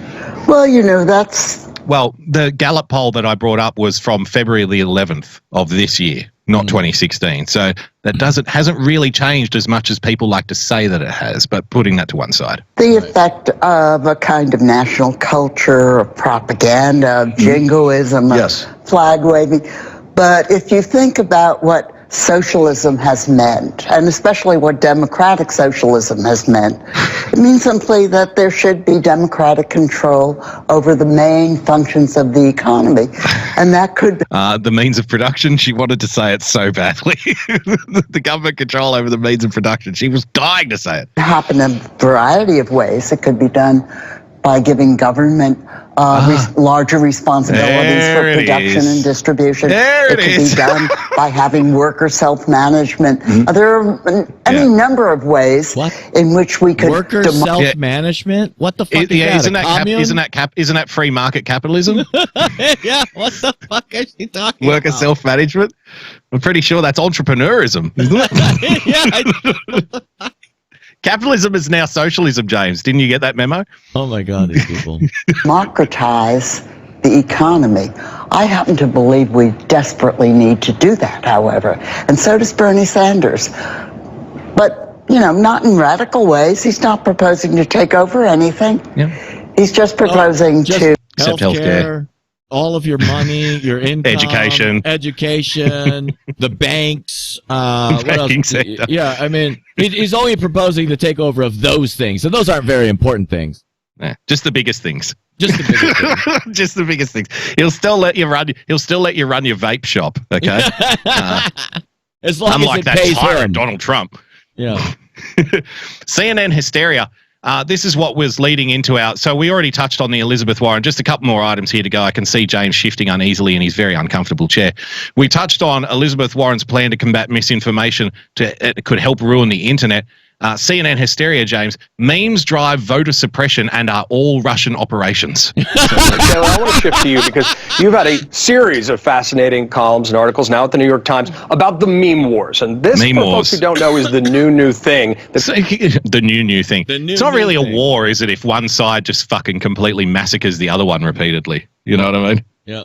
It's not a war if one side sticks their head up out of the trench and the chain gun just decapitates them like soldier after soldier. That's not a war. It's going to be really driving a lot of narratives and conversation and voter suppression efforts to some extent. Voter suppression efforts, James. Demoralization. Why are you voting? Don't even bother. It's all over. You can't win. Right? People say the left can't meme. That's not true. That's not true.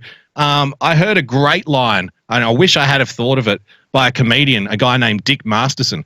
He said he really hates the fact that people say the left can't meme. The left just turn their memes into policy. The left just turn their memes into law. Like, so, gay marriage was a meme, right? Yeah. So, that became the law of the fucking land. So, yes, they can meme. They just focus their energies on different aspects of the meme war and not necessarily, little dancing Trumps on Twitter. But, putting that to one side.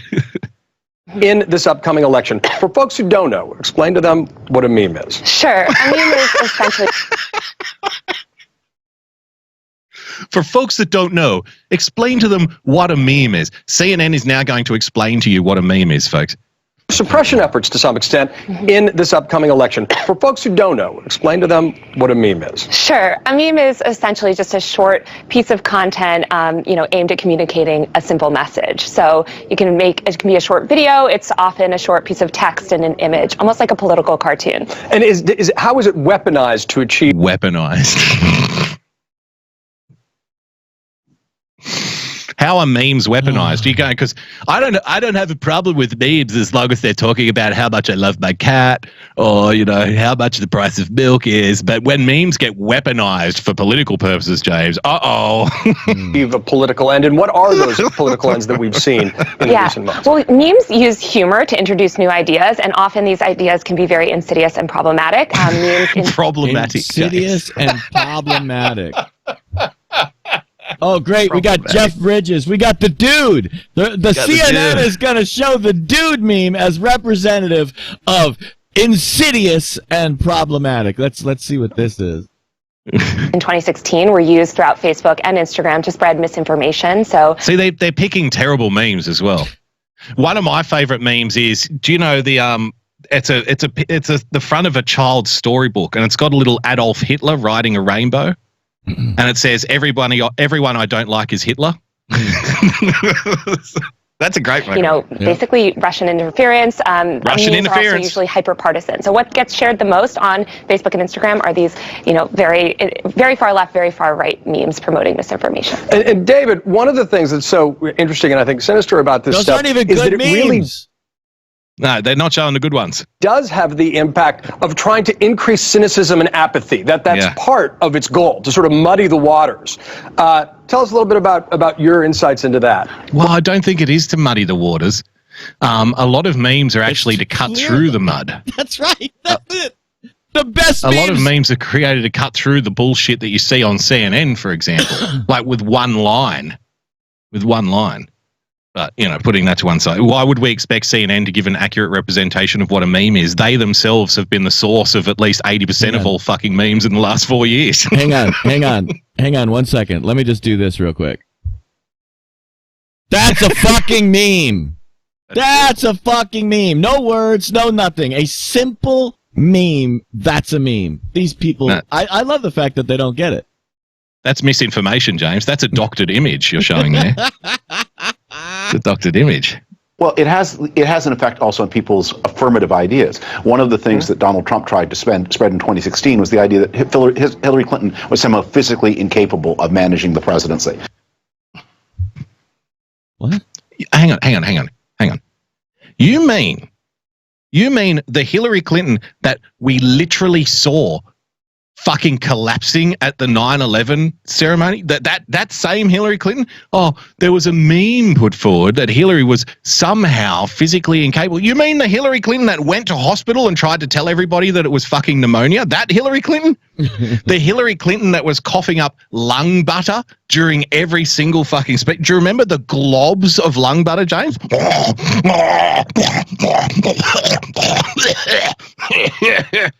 Let me show you a meme. Just give them 90 seconds of filler, James. All right. Here, people have pointed out that, of course, it can be words, it can be text, it can be a hashtag. I kind of don't want to explain this, but thankfully there's only a few liberals that could have tolerated this show to listen to this point of the show. And let me explain what a meme is. A meme is a transference of a thought in the shortest, fastest, funniest way possible. Like, that's what a meme is. And that's why we talk about things. These are phraseology that they don't even understand. We can meme things into existence. These are things that they don't even get. They could not even understand the terminology I just used. That we can meme something into existence. They don't get that yet. And that's fine. I'm perfectly happy with that. That's why we crush their nuts all the time. So here's a meme, apparently, James, using the misinformation that Hillary was somehow incapable of running for president. This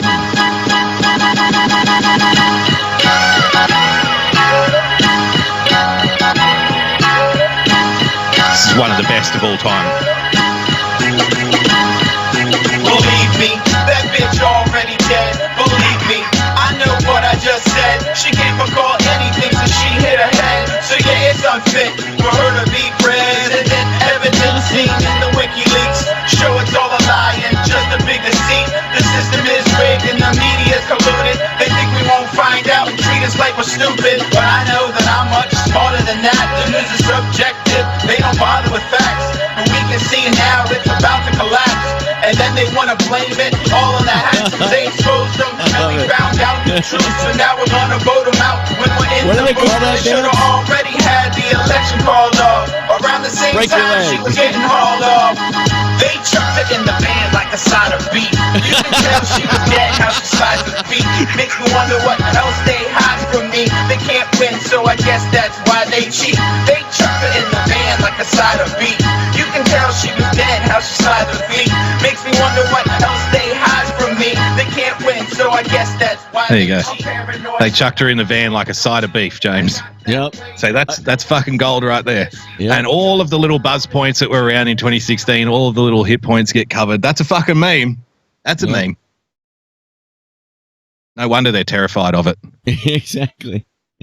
All right. Here's our last item for tonight, James, and we'll wrap up the show on this. You can call it a hammering if you want. It's up to you. All right, let's call it a hammering. Here we go.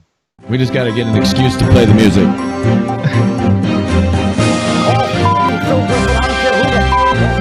Stop the hammering. Now, you sent this to me 2 weeks ago. I haven't watched it. I thought, well, because James doesn't often send me like clips or articles or anything. So I thought, I saw the title of it and I thought, well, this has to be for Trust and Verify. Like he must want it for Trust and Verify. He's come across this CNN clip and he sent it to yours truly for a reason. So I kept it in the archive. I kept it in the memory bank, James, and we've brought it out tonight. I have no idea what I'm about to see, but it's called President Trump Attacks Mike Bloomberg's Height on Twitter. Now, before we even get into it, I know that Michael Smercornish here, do you remember we covered Michael Smercornish going into bat for Michael Bloomberg? Do you remember that? Yep. And he was saying, I don't understand why everybody's so against Michael Bloomberg. What we want is a president who is a billionaire and a business owner. And I'm like, hang on, I thought you already had one. I thought you already had one of them. Exactly. No, we don't want that guy. We want this guy instead. So he's in the tank for Michael Bloomberg. He's already signed up. And by the way, I'm calling Michael Bloomberg from now on because I think he needs I'm hoping to get hired as one of the influencers. I'm hoping to get like a couple of $1,000s from the Bloomberg campaign. So can I just say, I'm changing him from Michael Bloomberg to, I want to give him a good Bronx name, James. So how about Mickey Bloom? Hey, Mickey Bloom over here. I love it. Who you gonna vote for? You gonna vote for this Donald Trump fucking German immigrant guy? You can't trust those fucking Germans, let me tell you. You need a good Bronx New Yorker like Mickey fucking Bloom, okay? Mickey Bloom knows what he's doing. Mickey Bloom's gonna win the vote. How about that? We'll call them Bloomers. Bloomers, yeah, Bloomers. Hey, Mickey Bloomers over here, huh? Have a look at this guy. He's short, but he's got a lot of heart. He's like fucking Rocky over here. He's like Rocky Balboa, the Italian fucking stallion. We'll call him the Jewish aggressor. How about that? The Jewish dive bomber. That's what we're going to call him. Mickey fucking Bloom. So if you're watching Mr. Bloomberg, patreon.com/boogiebumper. That's where you can get in touch. For more of this magic. For my small but mighty audience. Mickey Bloomer. So let's see what Michael Smercornish has got to say about Mickey fucking Bloom. President Trump seems obsessed with Mike Bloomberg's height or lack thereof. The president, who's either 6'2" or 6'3", depending on the source, has often used diminutives to describe his adversaries, even if they aren't adversaries. Sure. Little Marco, little Bob Corker, little Adam Schiff, even little Rocket Man. But with Bloomberg, who's 5'7", which would make him the shortest president since POTUS 25. Is that true? I didn't know that. Wow. Thank you for telling me exactly how tall he is. William McKinley. Stature seems all that Trump can talk about. Quote, Mini Mike is a 5'4". 5'4". He's not. He's 5'7", you know. He's 5'7". 4-inch mass of dead energy. By the way. Who does not want to. By the way, choosing this clip. Dead energy. Choosing this clip for the hammering is prophetic. It's just absolutely perfect that the previous story was about how they don't fucking understand memes. And here's Michael Smercornish trying to proving to you that they don't understand what's going on, even when they cited actual identifiers that could have helped them understand the meme. They still don't get it. No, of course not. To be on the debate stage with these professional politicians. No boxes, please. He hates crazy Bernie and will, with enough money, possibly stop him. Bernie's people will go nuts. And Mini Mike Bloomberg is a loser who has money but can't debate and has zero presence. You will see but that's true though. He can't debate. Everybody saw that he can't debate. The Democrats saw that he can't debate. The only person who's defending him at this point is Michael Smercornish. He's the only one. And it's coming across like Michael Smercornish's ex-wife or something. Like, it's really weird, this relationship. Stop attacking him. He's okay. He's not that bad. How dare you say things like, it's just strange. You know what I mean? Yeah. Reminds me of a tiny version of Jeb Low Energy Bush, but Jeb has more political skill and has treated the black community much better than Minnie. Well, so far, Mayor Bloomberg has been swatting right back. Put it on the screen. Donald Trump. This is we know many considered of a the same swat. people. Listen, this is how bad they don't understand the language, the idioms, or the memeing. That he thinks that this is swatting. It's fucking hilarious. Behind your back, they laugh at you and call you a carnival barking clown. It's like, okay. Okay, Mike. I saw a great tweet earlier. Michael Bloomberg said something like, I will stand up to the NRA. And it's become such a meme now that my first thought was, yeah, but if you stand up to them, you're still only going to come up to their kneecaps. So what's the fucking difference? Like, yeah. He's so short that you don't know if he's standing up or sitting down. It could be either. Like, it doesn't matter. People in New York. Behind your back, they laugh at you and call you a carnival barking clown. Well, behind his back? Come on now. Everybody's doing it everywhere. What's the difference? They literally know you inherited a fortune and squandered it with stupid deals and incompetence. I have the record and the resources to defeat you, and I will. Okay, Mike. And here's what he says about the height issue. Somebody said, that he's taller than me, calls me Little Mike, and the answer is, Donald, where I come from, we measure your height from your neck up. What? I don't get it. That was a good swat, man. Right? Are we How can he ever recover from this? Oh, it's devastating. Owned. Joining me now to discuss is Greg Murray, professor of... Couldn't even fake a laugh out of that. Like, couldn't even think pretend. about that. Look at that, and look at who they're going to bring on as the expert here to actually determine who won this meme war. Well, they're going to bring an expert on to talk about heightism. It's a new ism. Like, we've unearthed yet another ism that the president is responsible for. So there's racism, homophobia-ism. I'm just going into my Jesse Lee Peterson. Racism, homophobia-ism, Islamophobia-ism. Now heightism, James. He's a heightist as well. Political science at Augusta University, the editor of the journal Politics and the Life Sciences. He's actually studied the relationship between height and leadership. Professor, here's Donald Trump's driver's license. This is how far. Oh my God! They're bringing up his driver's license. Dude, this is how what far. What are they doing? They are trying to drive down to prove that the meme is not true. This is owning CNN right here. Literally, the meme has now owned them, and that's why I thought this clip was so fucking fantastic. Look at what they're going to spend an entire segment on CNN trying to knock down the simple meme of Mini Mike and his milk crate. It's fantastic. It's ridiculous. It's like we did the Don Lemon clip. I don't know if it was on this show or my show, but he says to the camera, right, Don Lemon, well, look, I don't really care about the memes and stuff, and people do memes, whatever. I don't really get involved. And it's like, no, you don't understand. You are now in the meme, whether you like it or not. The fact that you're dedicating a whole fucking segment to the meme, you are now part of the meme. Like, you are in it. You don't get, this is how it works, man. Why are they doing this? Like, why are they even fucking talking about it? Fucking self-owned CNN. Jesus. I fucking love it. Unbelievable. Well, let's bring on, I don't want to participate in this meme nonsense. So let's bring on a heightism expert and talk about height in power. It's like, no, you're doing it now. You're doing the meme. Fucking, I don't get it. Shown as being 6'2". Oh, I my must God. confess that I recently found my high school football program where I had listed my height as 5'10". In truth, I am 5'9". Jesus fuck.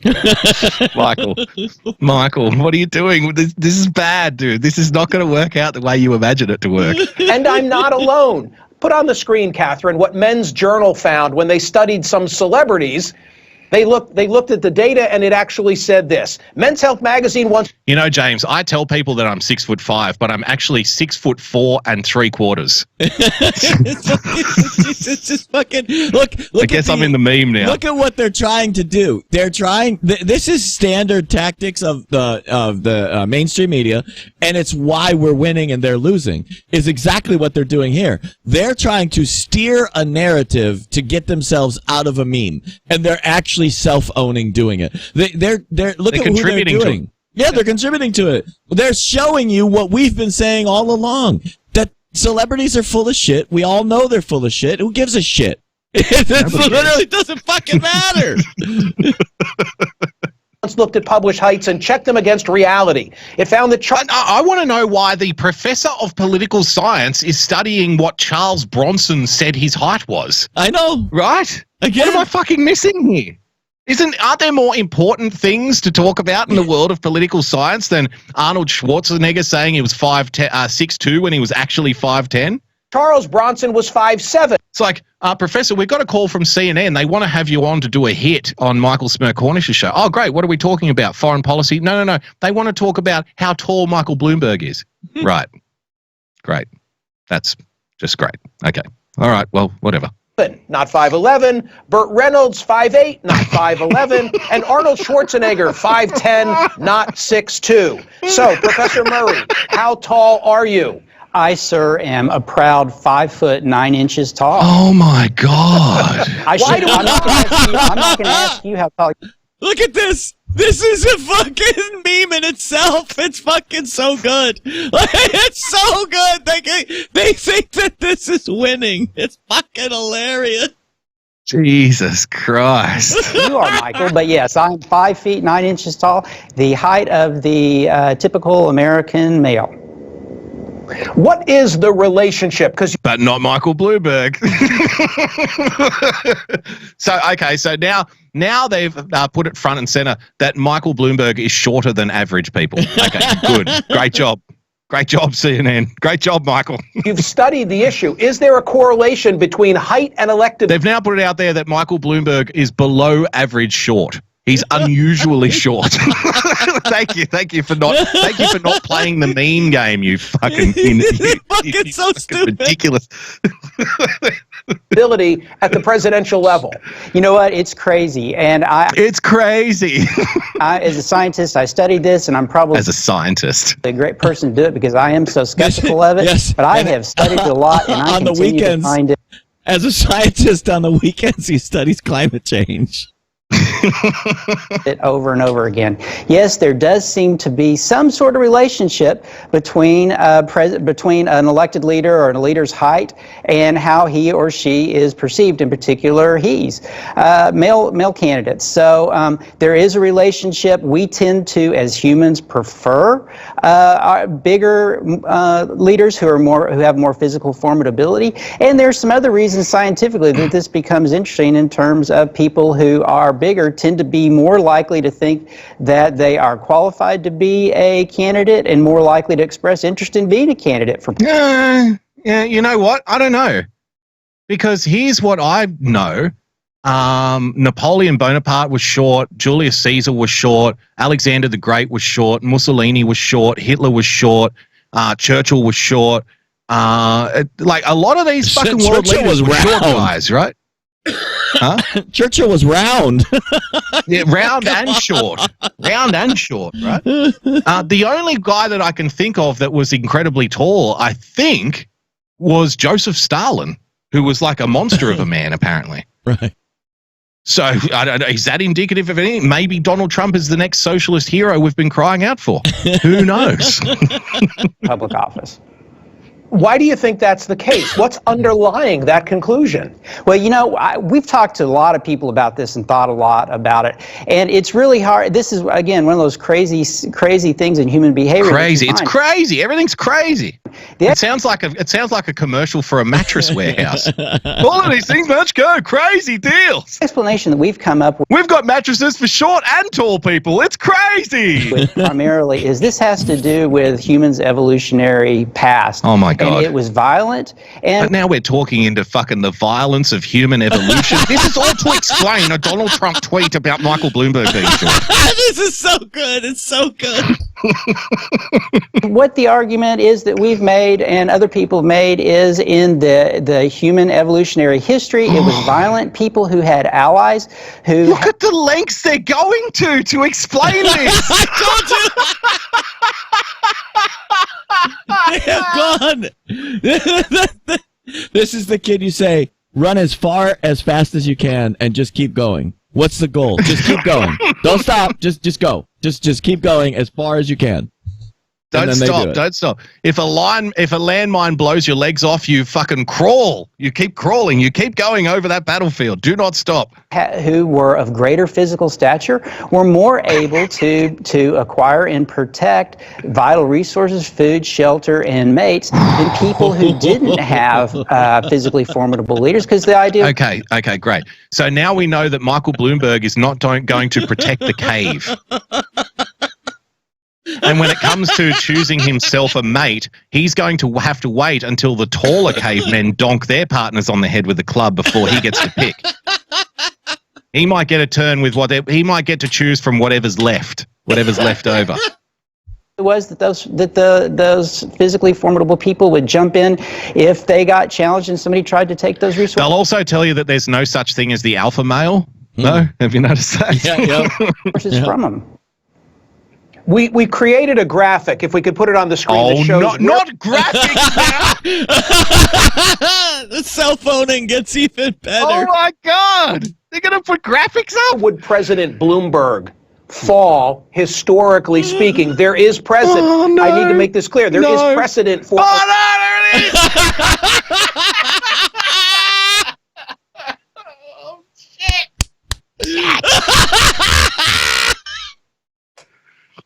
Why, look at the exalted names around him, James. Did you know that Michael Bloomberg falls around Ulysses S. Grant, John Quincy Adams, John Adams, and William McKinley? Did you know that? He's got presidential material written fucking all over him, this guy.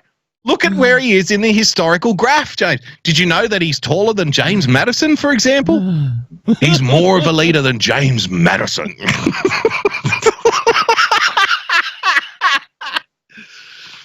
But he doesn't quite get to William Henry Harrison, who died in 30 days, James. Probably because he was 5'8". That's right. Hit his head on something.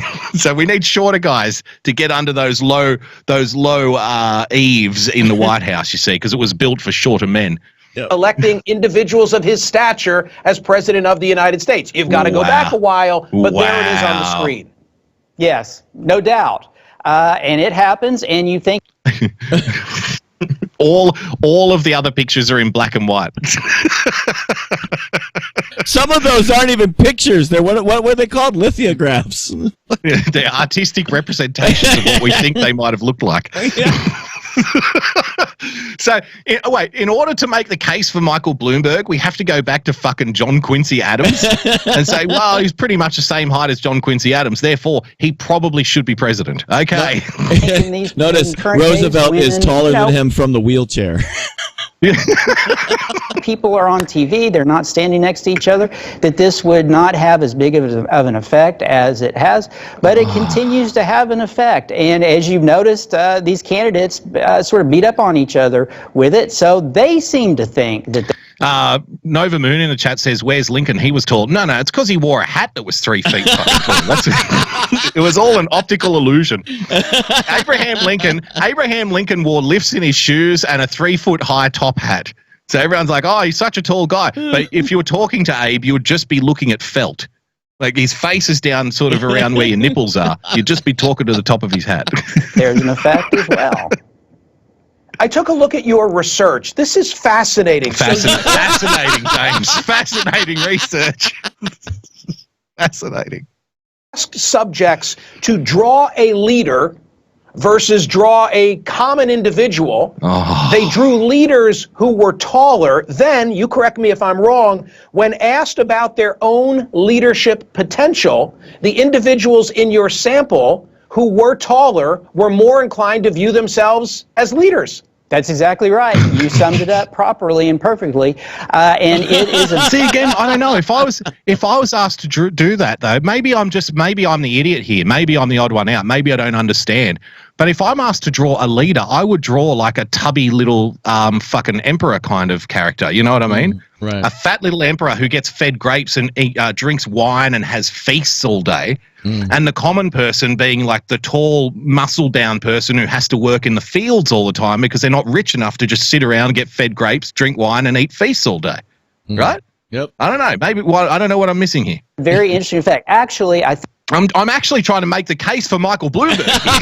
they're trying to do the opposite. I think the bigger question, and from a scientific perspective at least, of course, a scientist. This is the second time he said, "I'm a scientist." Yep. Pompous the second ass. time. Pompous ass. It's the latter point that you made. The 5'9", I'm a scientist. That folks who are larger in size are more willing to throw a hat in the ring to run for office. As we all know, and you talk about every Saturday on your show, running for office is a brutal process, and it takes some courage to do it. And that's part of, I believe, physical stature is part of the formula that pushes some folks forward into deciding they will do that. Okay. So thank you for that, CNN. Thank you for not getting involved in the meme. But it turns out that Michael Bloomberg is shorter than the average person, unbelievably so that we figured that out. So he's shorter than the average person. People want to elect tall people, which Michael Bloomberg is not, and people see, because of the violence of our evolutionary history, James, tall people are stronger and they end up on top and they are more likely to be leaders. Thank you for clearing that up, CNN. So now I guess Michael Bloomberg must be sitting back and going, wow, thanks, Michael Smear Cornish. Thank you for going into bat for me. Thank you for helping me so much with this heightism meme. What the fuck are they doing? Ladies and gentlemen, that's your hammering. A little hammer.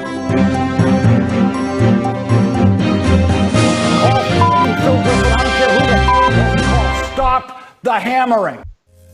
Oh my God, that was so much fun. It was fucking hilarious. Thanks for playing, everybody. That's all the time we got for you today. We will be back next week, but yes, we have for the moment given up on Periscope with the Tav show. Both Boogie and I are still going to keep going as much as we can on Periscope. They've created such a snafu for us, though. This show is going to become our exclusive outlook for DLive, YouTube, Twitch, and any other platform. All exclusive, though. We're totally exclusive to all 55 of those other platforms. We're just exclusively not going to fuck around with Periscope anymore. So for all you guys do for us, thank you. Oh, and one more announcement. Boogie and I were talking before the show. We're going to create a jackpot scenario on DLive. So instead of opening the chest for every show, we're going to save the chest until the chest gets to a jackpot number, and then we're going to kick it out to you. Today, the number's 500. We may play with that and move it up to maybe 1,000, but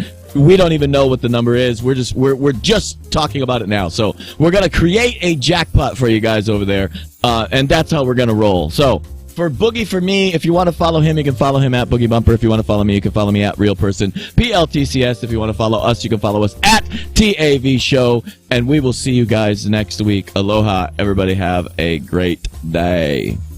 Look, it's hard being a Democrat. You got to make tough decisions like, do I vote for a socialist who'll destroy the economy, or do I vote for a socialist who's totally insane and who'll destroy the economy? Well, for the rest of us, here's an easy one. Donald Trump. It's a fact. In Trump's America, more people are getting a paycheck than ever before. 6 million new jobs in 3 years. That's one new job every 12 seconds, $250 an hour, and $3 billion in value every day. No wonder the guy's filling stadiums. Trump ain't raising the bar, he is the bar. It's payday. Keep America great. Stand with Trump in 2020.